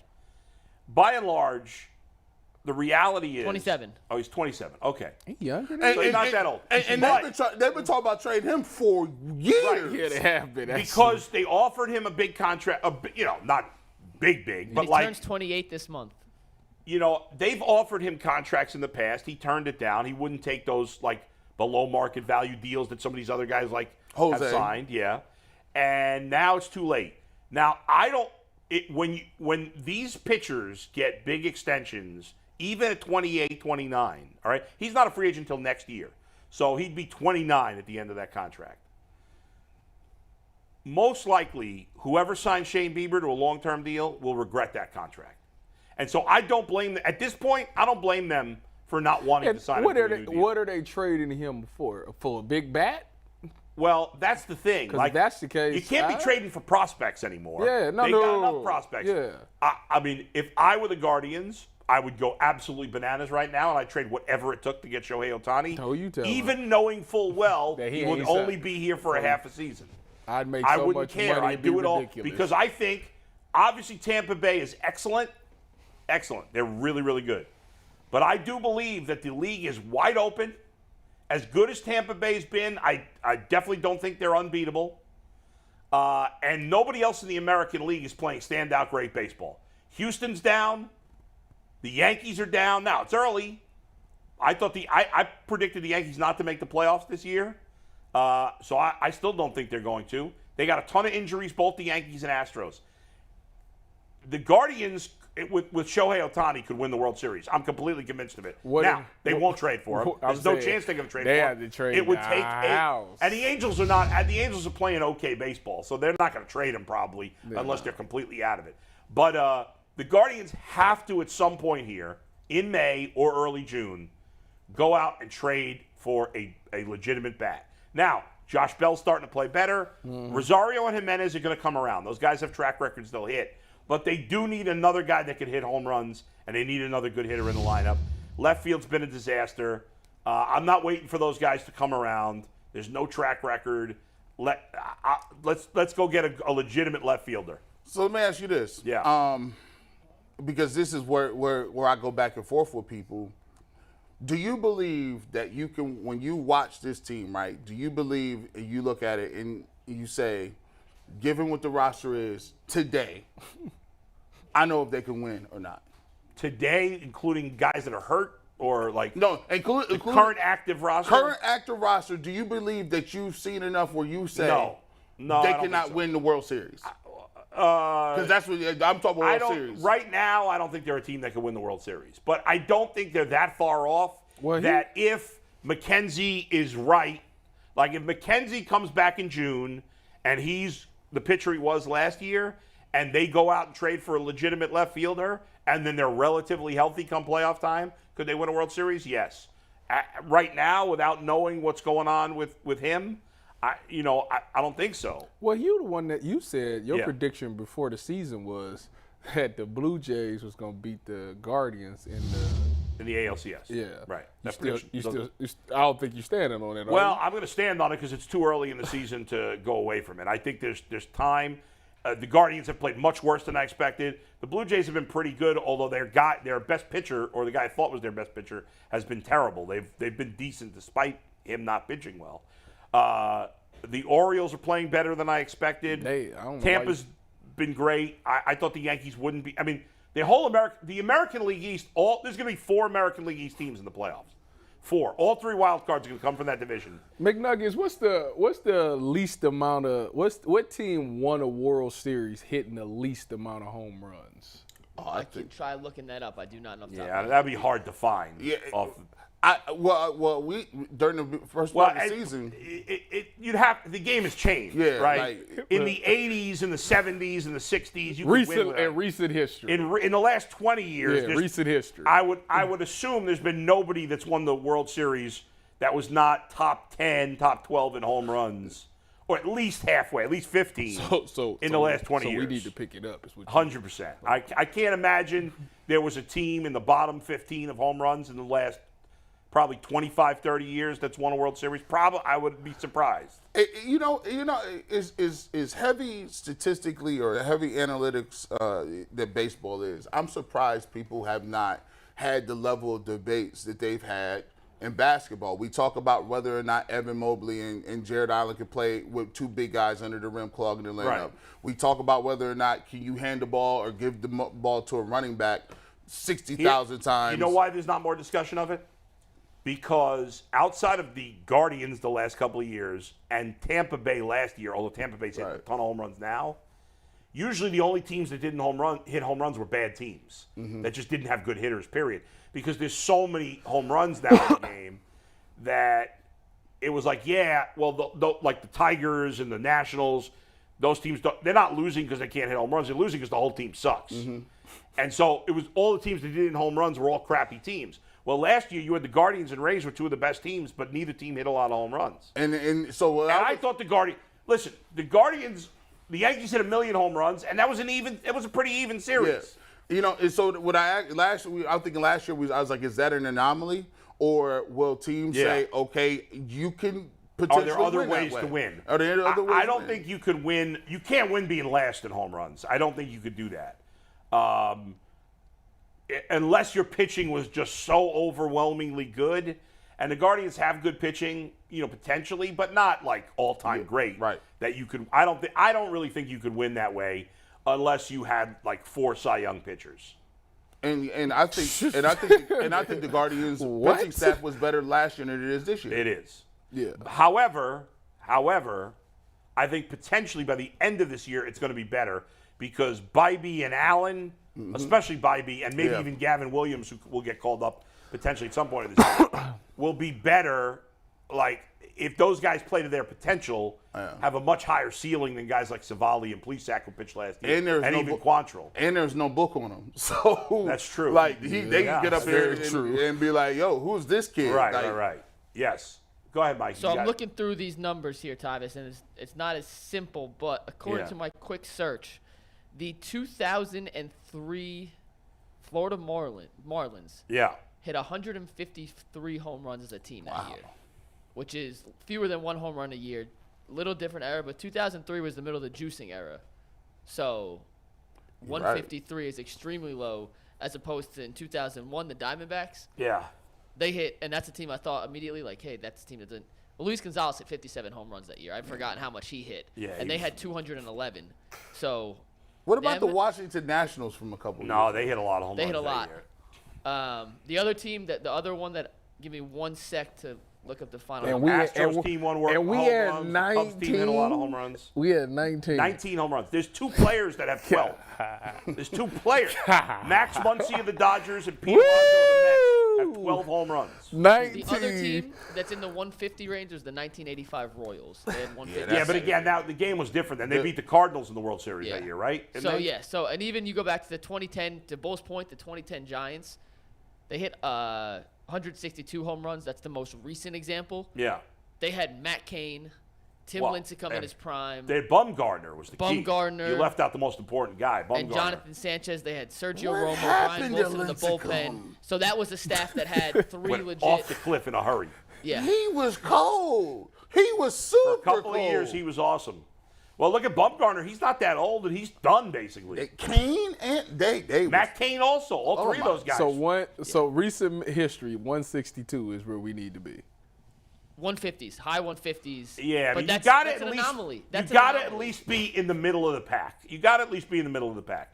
But most of the teams, the only thing I would say again, Mike, is that in the last 20 years, usually the teams that are low in home runs are not good. Are just not good teams. Yeah. You know what I mean? There's not much of a sample size of good teams that don't have power. What team got the most home runs? What's the number? Tampa Bay, right? The Rays by far right now. They got like 70. Which is funny. They got 70? They got 74. And how many did they have last year, Mike? Because they were bottom 10 in home runs last year. They were bottom 10 last year here, I'll tell you right now. As of this moment, today, right now, the Rays have 75 home runs, which is 26 more than any other team in the league. That's absurd. Is the Angels with 49. And they don't play in a really last season, just for comparison. We do it, last man. Season, they finished 26 with 139 home runs. So the Rays are more than halfway to their home run total from last year in roughly 20% of the season, maybe not even 25%. I need to see the offseason program. That is I need to see their offseason program too. I don't think the Rays added anybody of significance in the lineup. Because that's ridiculous. I need to see your eating habits. That's ridiculous. I mean, are you giving out creatine? And by the way, the Rays have 2 of their 4 best starting pitchers. One hasn't pitched all year, and the other's out for the year with an injury. Yeah. These are the guys, by the way, on the Rays, and then we'll move on to the last 2 Browns topics. I'm going to read you the Rays players and their home run totals through 35 games, 36 games. Randy Arozarena, 9. He's awesome, yeah. Yandy Diaz, former Indian/Guardian, 9. Yeah. Luke Raley, never heard of him, has 8. And Yandy's problem here was he had no power, and he hasn't had a lot of power in Tampa. Ironically, Luke Raley's not even a full-time player. He plays part-time. He's played 20. He's had 80 at-bats. He has 8 home runs and 80 at-bats. That's crazy. Brandon Lowe, I can't remember which one's which. Yeah. He has 7. Wander Franco, 7. Josh Lauer, low. One of them's a low, one of them's a low. Yeah. He has 7. Taylor Walls has 6. Christian Bethencourt has 6. Harold Ramirez has 6. And Isaac Paredes has 4. And then they have 3 other guys. By the way, they got 75 what's his name? Ramirez. What's Ramirez? Harold Ramirez was with the Indians too. They cut him, I think. Yeah, he has 6 home runs in 94 He doesn't play a lot either. They have a lot of platoon situations. All those guys were with Tampa Bay last year except for Raley, right? I think he was with the Dodgers. Hey, man, I think they claimed him on waivers. They did. He started the year on the Reds. Spring training with the Reds. Yeah. Let me find out they doing testosterone replacement program. The Rays, every player they touch turns to gold, pretty much. They got 75 home Hey, guys. They hit 130 last year, the whole season. Hey, guys, losing that urge in the bedroom? Come on down to our local guys. We got to talk about this subject here. We all remember last August, just days after the Bills announced that the nicknamed Punt God, Matt Araiza, is that his name? Matt Araiza? Araiza, I believe.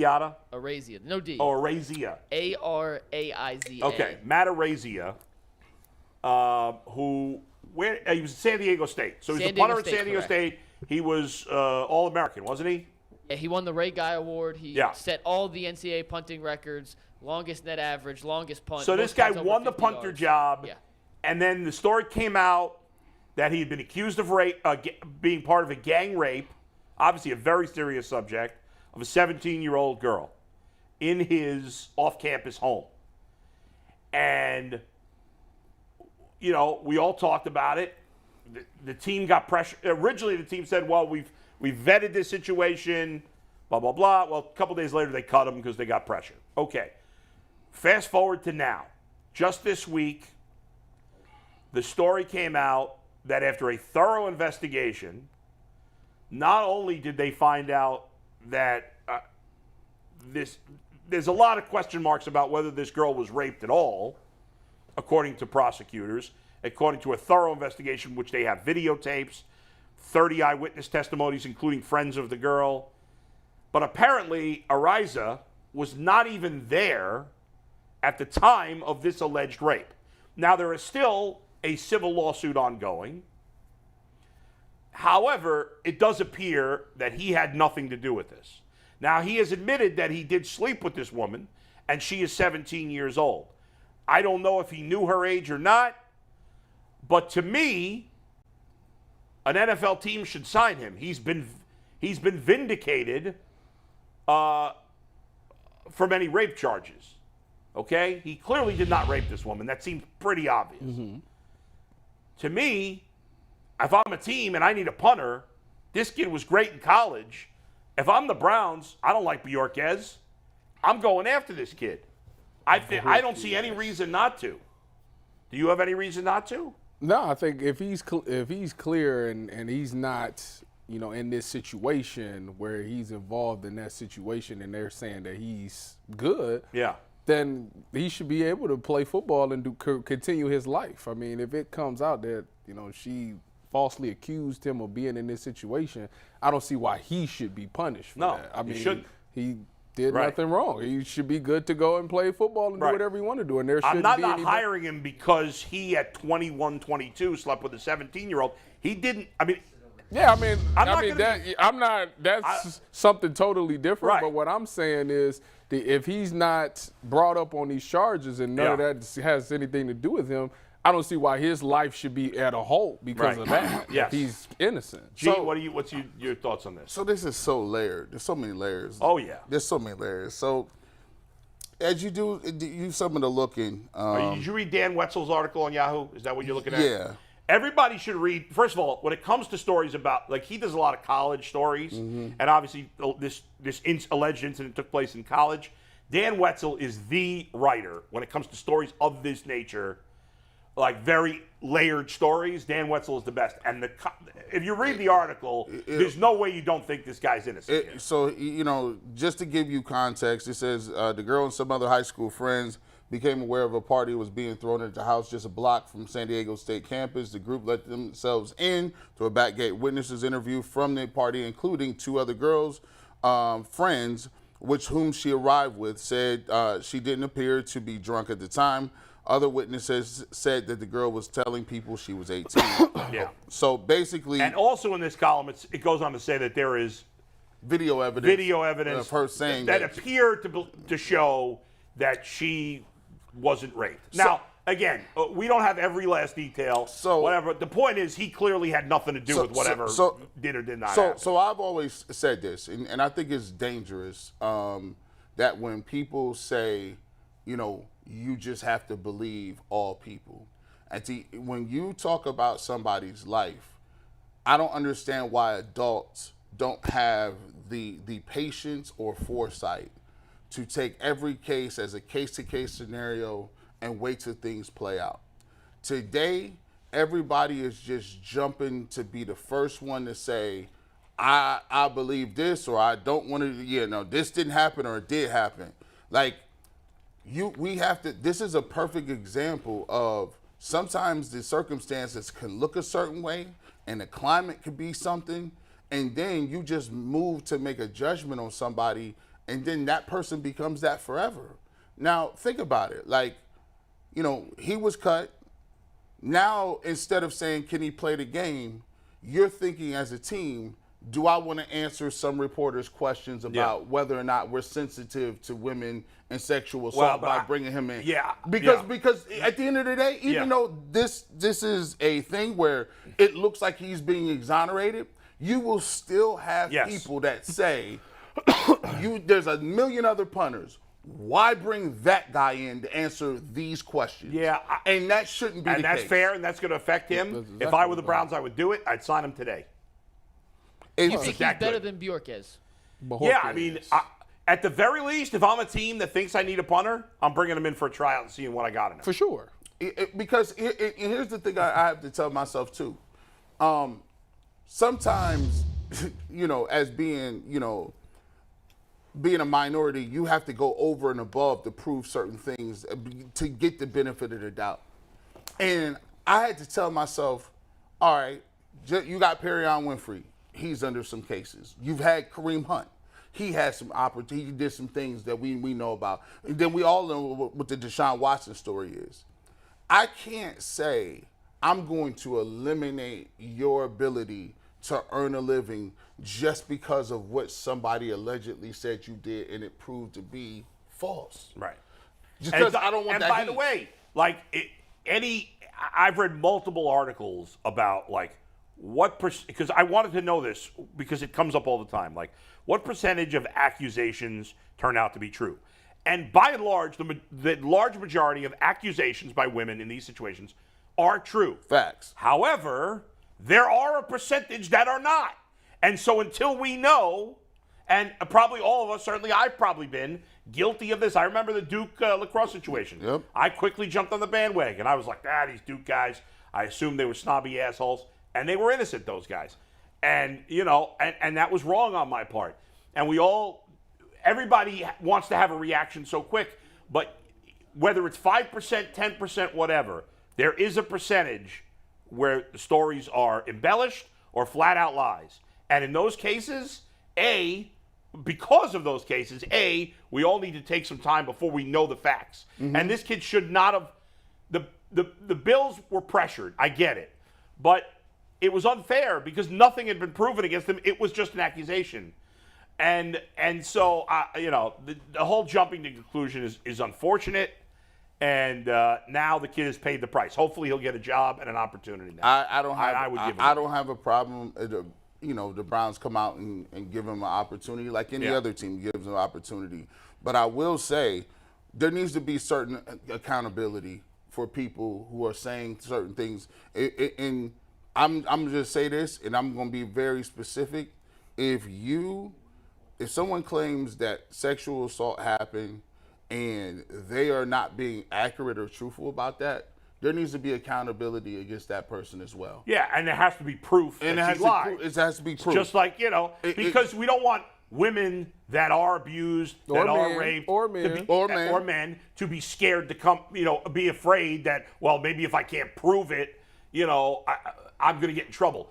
There has to be proof that the person lied. But if this woman made up this story and that can be proven, then yeah, there should be a penalty for that. 100%. I agree. She should be arrested for that. I had a friend that came at Ohio State that happened to him. It affected his draft stock. She said he raped her, and that never happened. And he went. This guy was a potential top 10 pick. I mean, he still went first round, but he went later in the draft, and it cost him millions of dollars. Yeah, and that's not right, and there should be consequences for that. Just like there should be consequences, obviously, for people who do horrible things like this. There should be consequences if you falsely accuse somebody. And I don't care if I agree with you or even if you're a politician or listen, everybody deserves a date in court to defend themselves. I don't care if you're the worst person in the history of mankind.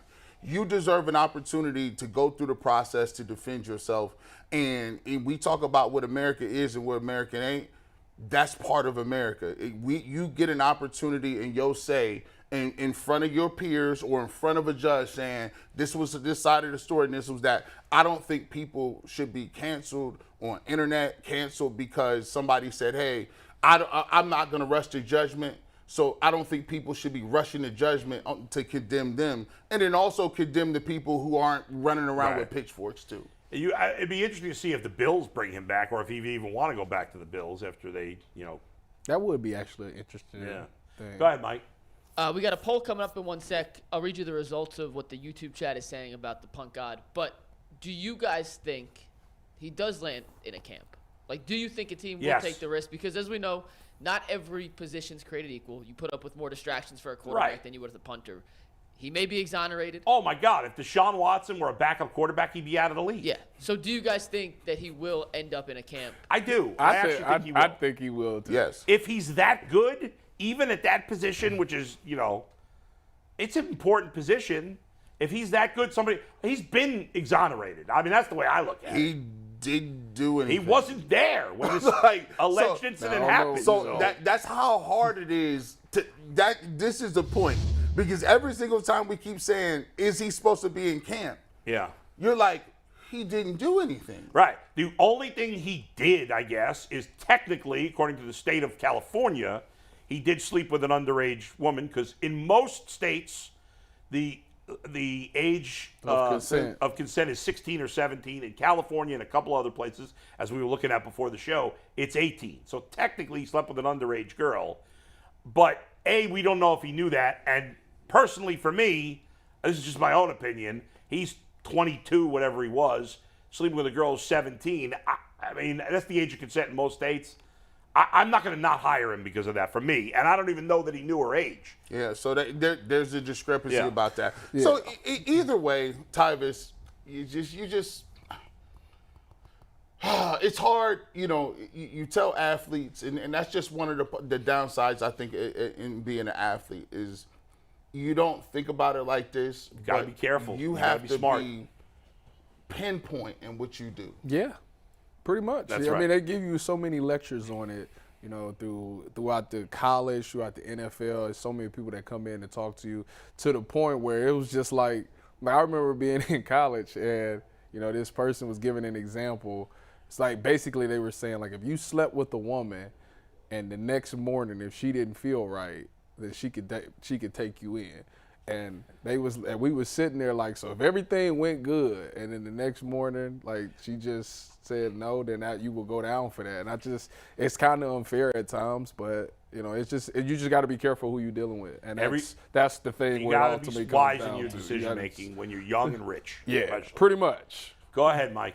We got the poll results, then we'll move on to one more Browns topic. But before we tell you what happened in the poll, we got to tell you who brings us the poll, and that, as always, is our good friends at PCC Airfoils. If you're looking for a job with career advancement and great benefits, well, PCC Airfoils is a leading manufacturer in Northeast Ohio. All locations of PCC Airfoils in Eastlake, Menor, Wickliffe, and Minerva are hiring for all positions started at $18 and up, plus full benefit packages, paid time off, and a signing bonus. You can apply online at precast.com/careers to learn more. We asked the poll, should any team who needs a punter consider signing the Punt God? And 86% said yes, absolutely, they should. Yeah. So they're aligned with us. It sounds like he didn't do it. It's going to come out that he wasn't even there potentially. Right. Just until officially it's officially. He wasn't there at the time of the alleged incident. He should be exonerated, and if that's the case, absolutely should get another shot because he was the Ray guy award winner, and punting's a thing that does translate from college to pros. It's the same field, same football, or it's a little different football, but if you can kick a football, you kick a football. He was drafted last year in the sixth round. Which never happens as a punter. You don't see punters. The Bengals drafted the Michigan punter this year in the 6th round, but you don't see punters drafted very often. What did he punt it for like 94 yards or something like that? He broke the college record for most punts over 50. He had an 84-yard punt in college. Oh, 82. Every record. If you break the record, 82-yard punt in preseason. That's great. And if you break the record for most 50-yard punts in college, I got to believe there's a place for you in the NFL. Yeah. Seems pretty obvious. So I think someone will give him a shot. We'll see. All right, the last Browns topic we have to get to. There's been a rumor swirling around the interweb that the Atlanta Falcons might be interested in moving Cordarrelle Patterson, who was their starting running back, is the all-time leader in kick return touchdowns, but may not have a place on their roster after drafting Bijan Robinson in the top 10 this year and drafting Tyler Algier last year, who ran the ball all over the Browns defense. Yeah. We talked the other day about Jerome Ford possibly being RB2. But we're not sure exactly what his skill set is in limited action last year. Does Cordarrelle Patterson kind of fit the mold of what you want? And if so, do you think the Browns should be interested in the Falcons? How old is Cordarrelle? Is he 30? 32, ain't he? So he's 32 on the He was final hurt a year lot of his last contract. year, right? This is the last year of his contract. Steve actually made his contract. I think it's 2 or 3 down if you want to but go. Didn't he miss a lot of games last year? Yes. He did miss a couple But he games was this year, leading the league in rushing before he did. I mean, 2 years ago he had a great year, guys. The cap hit is very little, 5.5. Now, I'm giving up nothing for him, like 6th round pick. Yeah. Listen, I think that's all it would take to get him. If the Browns, I'd take him. Absolutely. If the Browns was to make this trade, it would tell me one thing: Jerome Ford ain't ready because they're essentially the same people.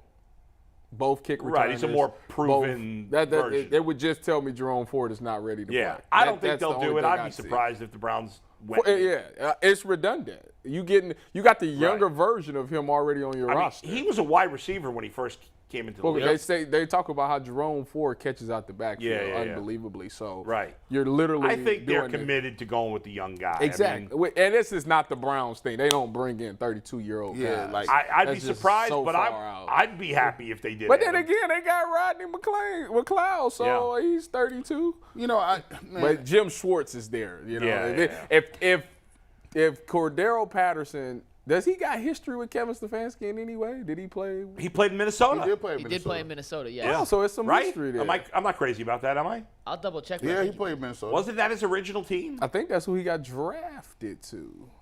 But he didn't. But he was just a returner there. He was playing wide receiver there. Yeah, but I don't know how. He was drafted by Minnesota. Yeah. So he does have a history. He played 4 years with Stefanski there. So I think we missing a couple guys. I think you got Demetri Felton. He's still there. He's still there. I mean, they want to give an opportunity to some of these young dudes. I just think that it is a young man's position. Yeah, it's a young guys. If they was going to do that, they would have kept Kareem Hunt. And for me, I just keep coming back to it. I just don't know if those guys are going to be huge like that. The only thing I'll say with Kareem Hunt, he probably, and correct me if I'm using this improperly, but I think Kareem Hunt thought he was him. Yes. And he ain't. And Well done. No, I mean, Kareem, have you heard a single rumor about Kareem Hunt? No. I have not even heard him linked to a team. Not a single team. The only thing I've heard about Kareem Hunt is us and other Browns media members being like, no. Should the Browns even consider bringing him back? He and Zeke Elliott are still out there at running back.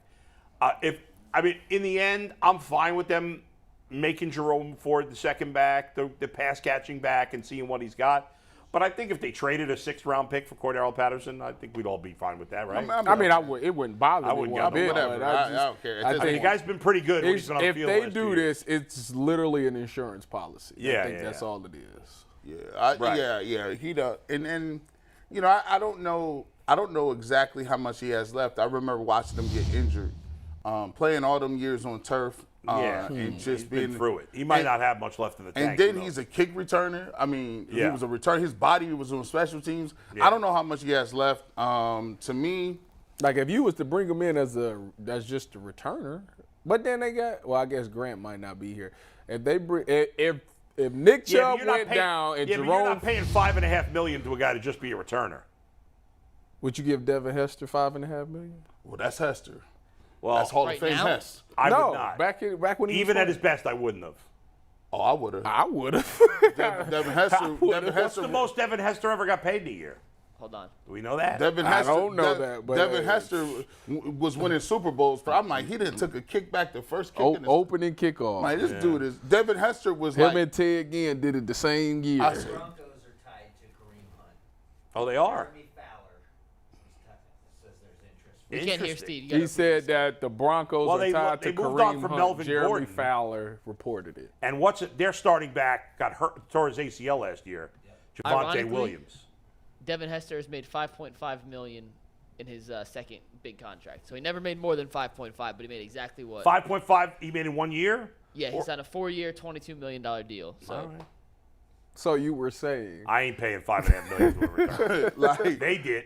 Well, And back then, they're taking a return out of the game. yeah, the return, right. Nobody's paying $5.5 million They now. taking that out of the, like, So that. you telling me, Yeah. if, God forbid, Nick Chubb went down, Jerome Ford became the starter, you wouldn't want a guy at kick return that could potentially take it to But the I house? think if you trade for Patterson, he's your number 2 back, I think. No. Why no, not? I'm saying, if Nick Chubb went down, you would just automatically start Cordarrelle Patterson. That would be my assumption right now.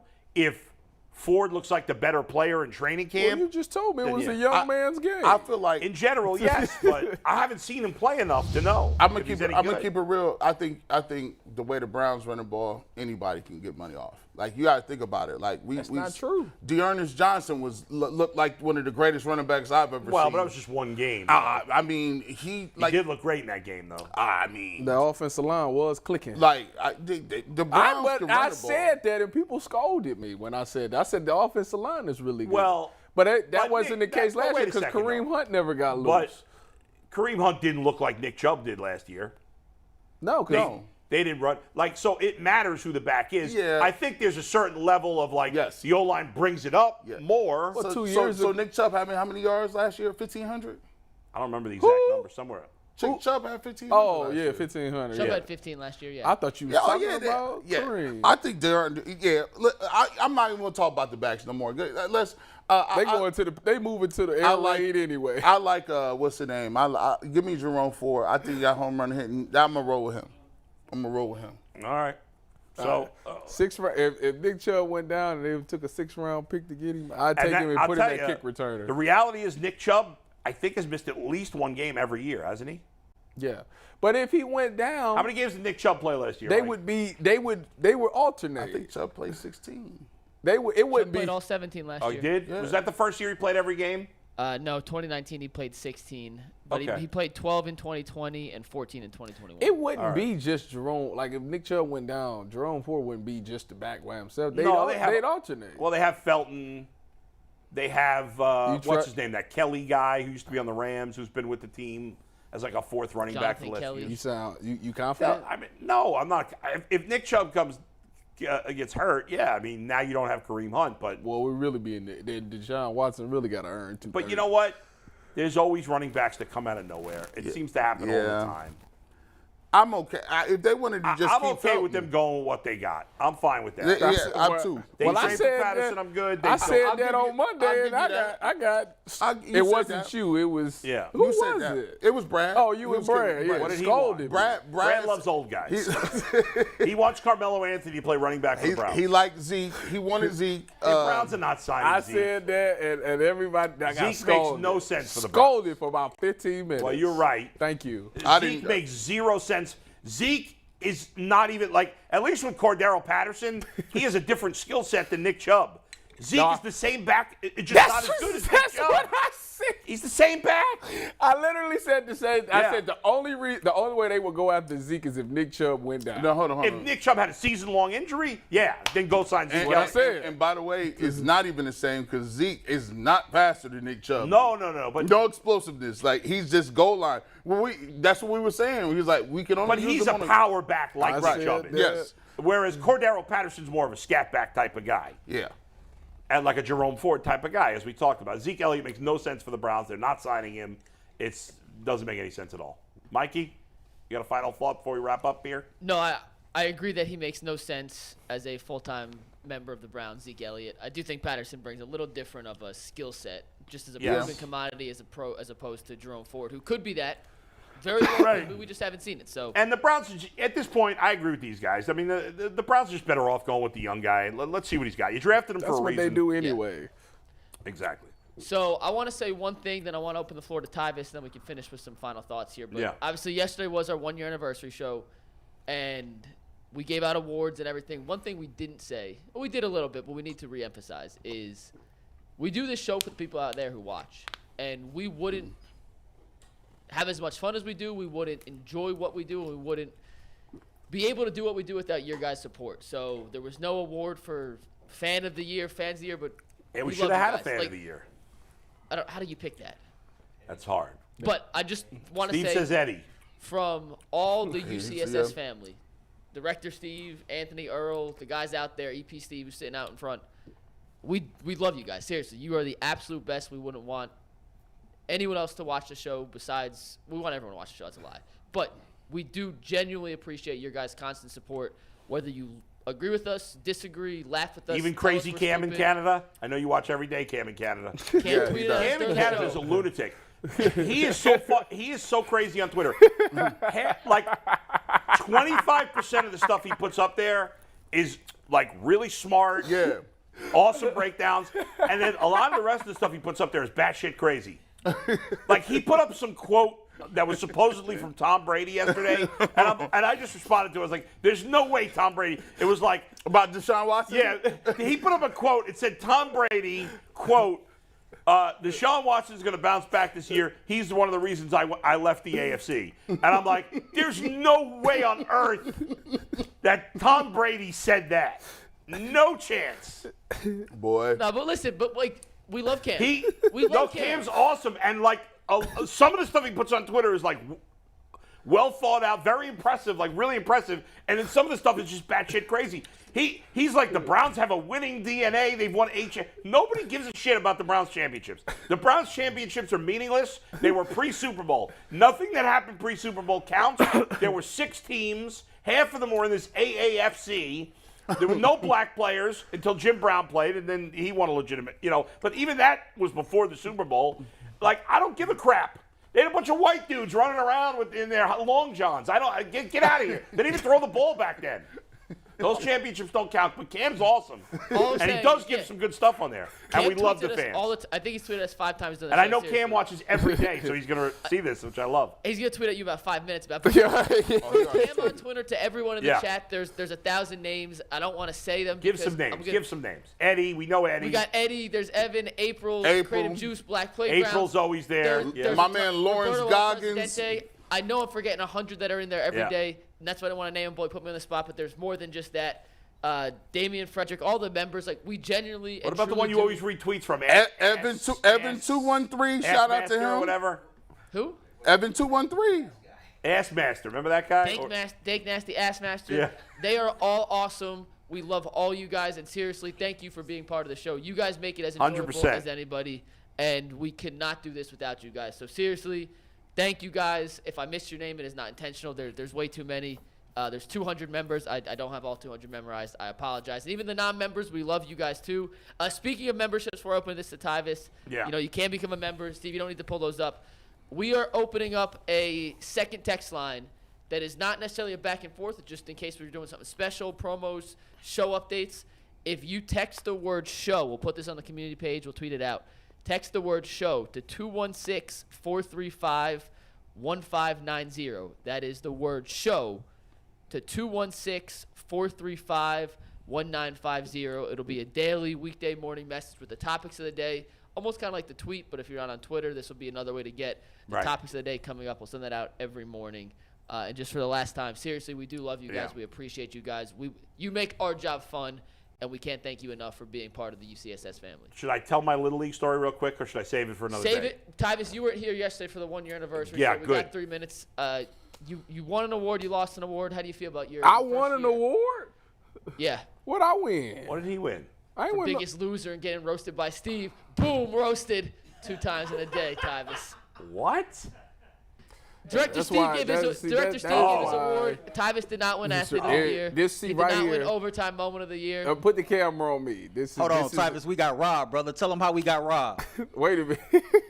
for the worst take of the year. Wait a minute. He actually got robbed twice. He should have won worst take of the year. He should have won overtime moment of the year. Listen, there's a reason why us sit on this side of the glass and some people sit on that side of the glass over there. And Steve, Director Steve, not VP Steve, because he's the man, but Director Steve, I don't know what his beef is with me. He likes to take everything I say and try to make it like I'm wrong and everything. And it's hilarious because, look at him. What's wrong with him? I think we need a reality show with you and Director Steve living in a house together. No, we don't. That would be funny. There are so many beefs. He watches Ghost and had me confused because I thought he was talking about Power Ghost. Which you think he's watching Power Ghost? Listen, I was like, Steve, you know how many cool points you was about to get if you watch Power? But you talking about something that's on that Apple cheeseball TV, show on CBS. Something, yeah, I don't even know what it is. Ghost, terrible. But looks terrible. Sorry. I do enjoy this show, you know, although we have all the fun. I tell you what, the first day I did this show, because I was on the first episode of this show, That's true. I never met anybody here. I never met Jay, Bull, or G, right? So we come in early. We met upstairs. And, you know, remember those days when we would go up? Yeah. Oh, man. I know, right? And remember had them sandwiches for us? Yeah. And we was kind of going over, you know, the rundown. We was doing the rundown upstairs. And I remember VP Steve was like, don't let them bully you. You get in there, you make sure you get your thoughts off. And I'm like, okay. So we go through the show, and it was just a natural feeling. Like, we all just flowed, and I thought the first show was great. I remember just leaving out of here saying to myself, like, man, I'm really a part of something that I think is going to be big, and to me it is. So I appreciate you guys, and I appreciate y'all letting me come. Even though I'm on once a week, man, it's the Wednesdays I get out there bed and I just can't wait to get up here and talk. It feels like you're on more because you feel like such a part of the show. Wednesday. I feel like he be here a lot. Exactly. Nope. That's how good he is. We love having him here.